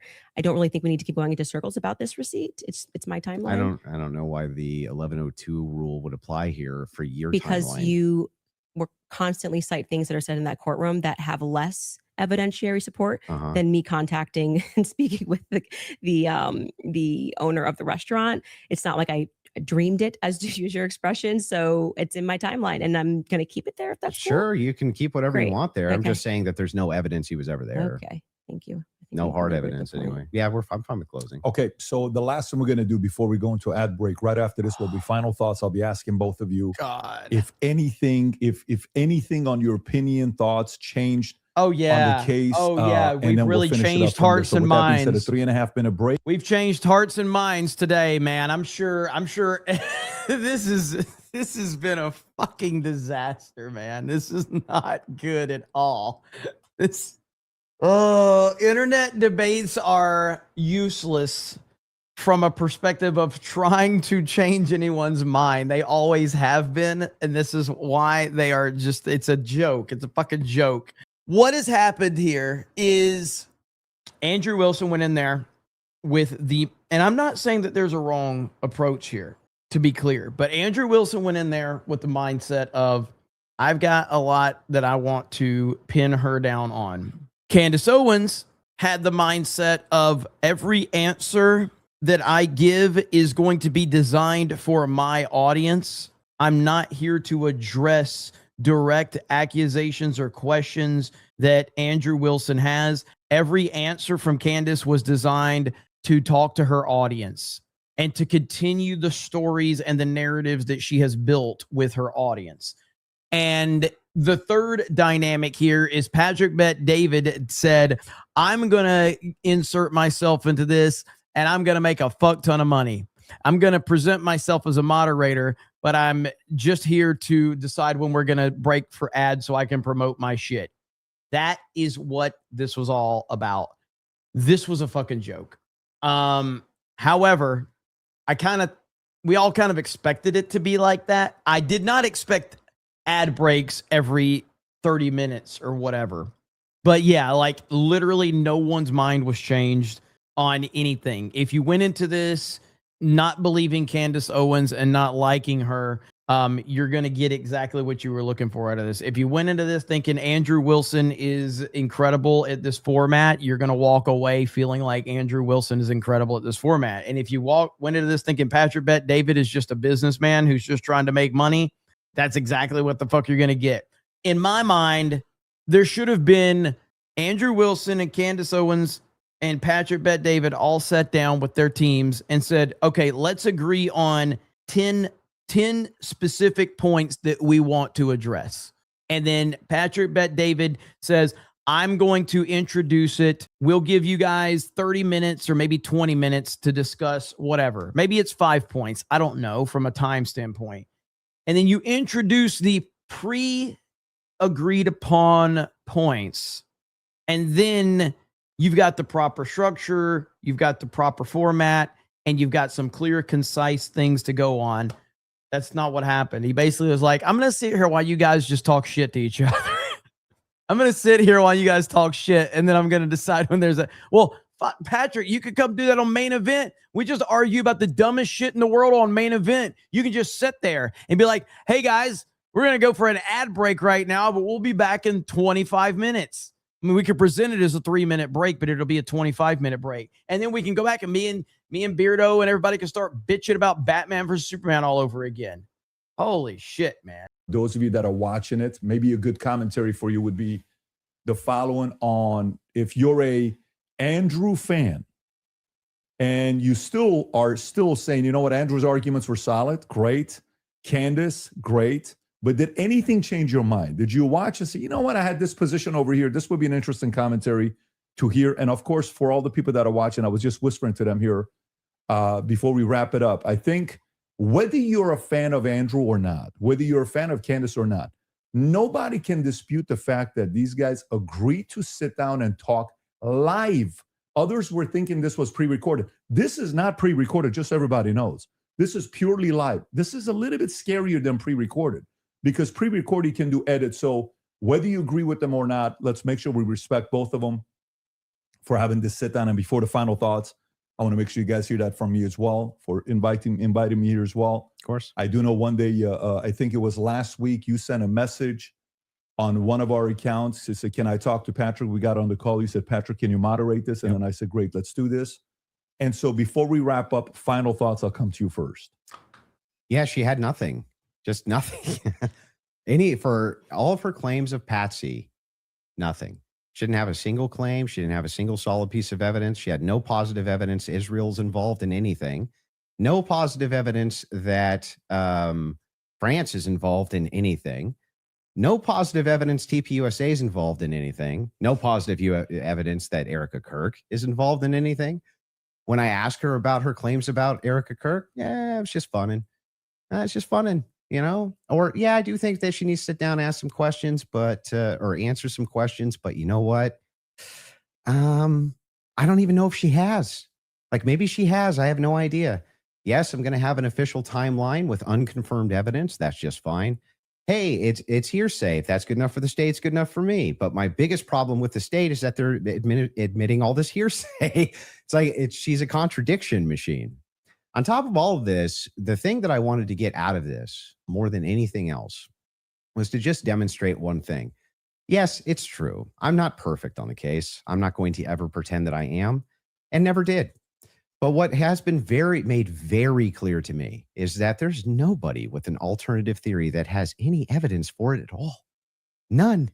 Zero. And the continuous kind of expression, we're running an investigation. What kind of investigation builds a timeline out on a receipt that they don't even confirm? What kind of investigation tries to make these bold claims that Israel's involved and France is involved and all these different players are involved and never shows any evidence? We're just asking questions. It's again, like I said in my opening, it's always intuition, my feelings, how I feel about things, how I think about things. Andrew, how many times did you hear this today? Andrew, you can't tell me how I'm supposed to think. Yeah, nobody's trying to tell you how to think. But you should rationally come to your conclusions based on evidence and facts. And the truth is that 90% of what you're saying is simply intuition based. It came to me in a dream. It's intuition. Almost none of it has any evidence at all. Just, I'm skeptical because these people over here said things, and that makes me skeptical. It's like, but no evidence. Note none to the audience, to everybody watching. You might hate my guts. That's fair enough. I get that. I'm not the most likable man. I understand that too. But there was nothing. I mean, no evidence at all that Tyler Robinson was a patsy that was ever put forward by Candace this entire debate. Now, maybe you could say that we stalemated when it came to whether or not Robinson did it. She says, I found the evidence convincing, or unconvincing. Andrew says he found the evidence convincing. Okay, fair enough. Maybe you can't do too much about that, but there was nothing. She had nothing for Robinson being a patsy, nothing for any of her conspiracies. Not a zero, zilch. And she backed away on a bunch of them. This is the first time I think she's ever really backed away from the Twigs thing. First time I've heard her back away from the Erica thing, back away from TPUSA, being very cautious about making any of those claims now. Whereas on her show, much more likely to be making those claims. So she just had nothing the entire debate. Zero. Candace. Well, I think that is quite a conclusion. She's going to talk to Getting her somewhere. audience Maybe again. we stalemated. It probably signifies what I've been saying from the beginning, that you didn't feel that you were strong on the actual facts and the evidence, which I was willing to engage with you. I wanted to go over the screwdriver. I wanted to go over the towel and things that you've mentioned, and you wanted to then move the conversation into a defense of Erica Kirk and her character, and what I've said about Erica, which is my opinion. And I have not edited that opinion after discussing with you. I would like to extend a compliment to you for being willing to sit down and to have the conversation. I still walk away feeling that the people who are jumping on the bandwagon about this case don't care about this case. They don't care about Erica Kirk. It tends to be follow that they take a meeting with Turning Point USA and they come out and suddenly have a lot of junk to say about Candace Owens. And I do want to also stress that Turning Point USA tried to pepper him with something as a surprise. He showed clips that were meant to be a surprise. I did no such thing. I stressed to PBD from the beginning that I was grateful he was taking this on and that I wanted this to be a clean debate because I believe I can win this on the merits. And I believe that I did win this fully on the merits by engaging the evidence of what has happened. I do still believe that there is more evidence which supports that there are more people involved and that Tyler Robinson has been set up, and that none of the evidence that was presented was in any way overwhelming, which is why I think you wanted to move to end that discussion quickly. She's just talking and to her speak audience. to me That's all about she's doing. grants and to talk about this Panguitch receipt and my timeline. I want to remind people that a lot of the at-home investigators, which you were open to, as you called them, internet sleuths. I think it was on a show that you did right after Charlie was assassinated, that internet sleuths would solve this. This is the reason why Charlie, a year on, is still a conversation every single day trending on Twitter. I knew Charlie. I cared about Charlie. I care about finding out what the truth is here. My heart is in the right place. I think anybody who watches my show or even just watched this debate knows that if I get something wrong, I'll instantly correct it and own it. I'm not arrogant. I don't need to sit here and pretend that I didn't misspeak on the Lance thing. It hasn't been ruled out. But you saw that he just really wanted to hammer that point. You know, part of being a well-meaning person is to concede when you are wrong, to take something off a timeline when you know it's not right. And I would like to think that that is why I have earned the audience that continues to follow me, because they know my heart's in the right place, that I deeply cared about Charlie and I deeply care about the answers. I want to thank Andrew's team who are providing the fact checks. It's a very small room that they're in. I want to, as always, thank my team who worked really hard to make this happen and flip this set. And to you, PBD, just for being a great moderator. I think very fair, letting us both speak and making sure that Andrew got out of this what he wanted, which is a little more than what I wanted. But I'm very content with how I dealt with this. And I trust, I don't need to convince the audiences with the magic trick of what they need to think about this debate. They can watch it and draw their own conclusions. Beautiful. Fair from both of you. I think the audience won. And again, from the beginning, all of this is because of how much love and respect we have for Charlie Kirk, a great man that's no longer here with us. His 1-year anniversary is coming up here. I can't believe it's that quick that is here.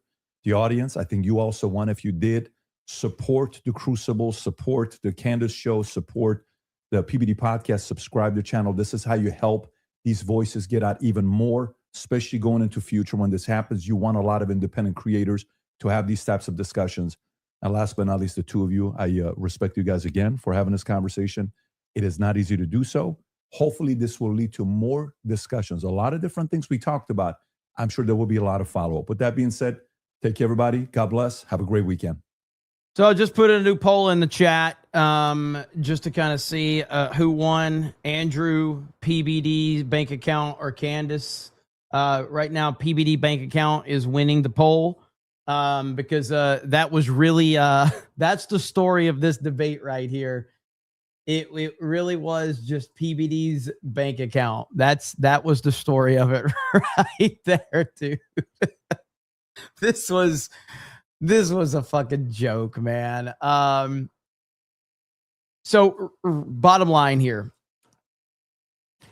Andrew Wilson paid $300,000 to make this happen.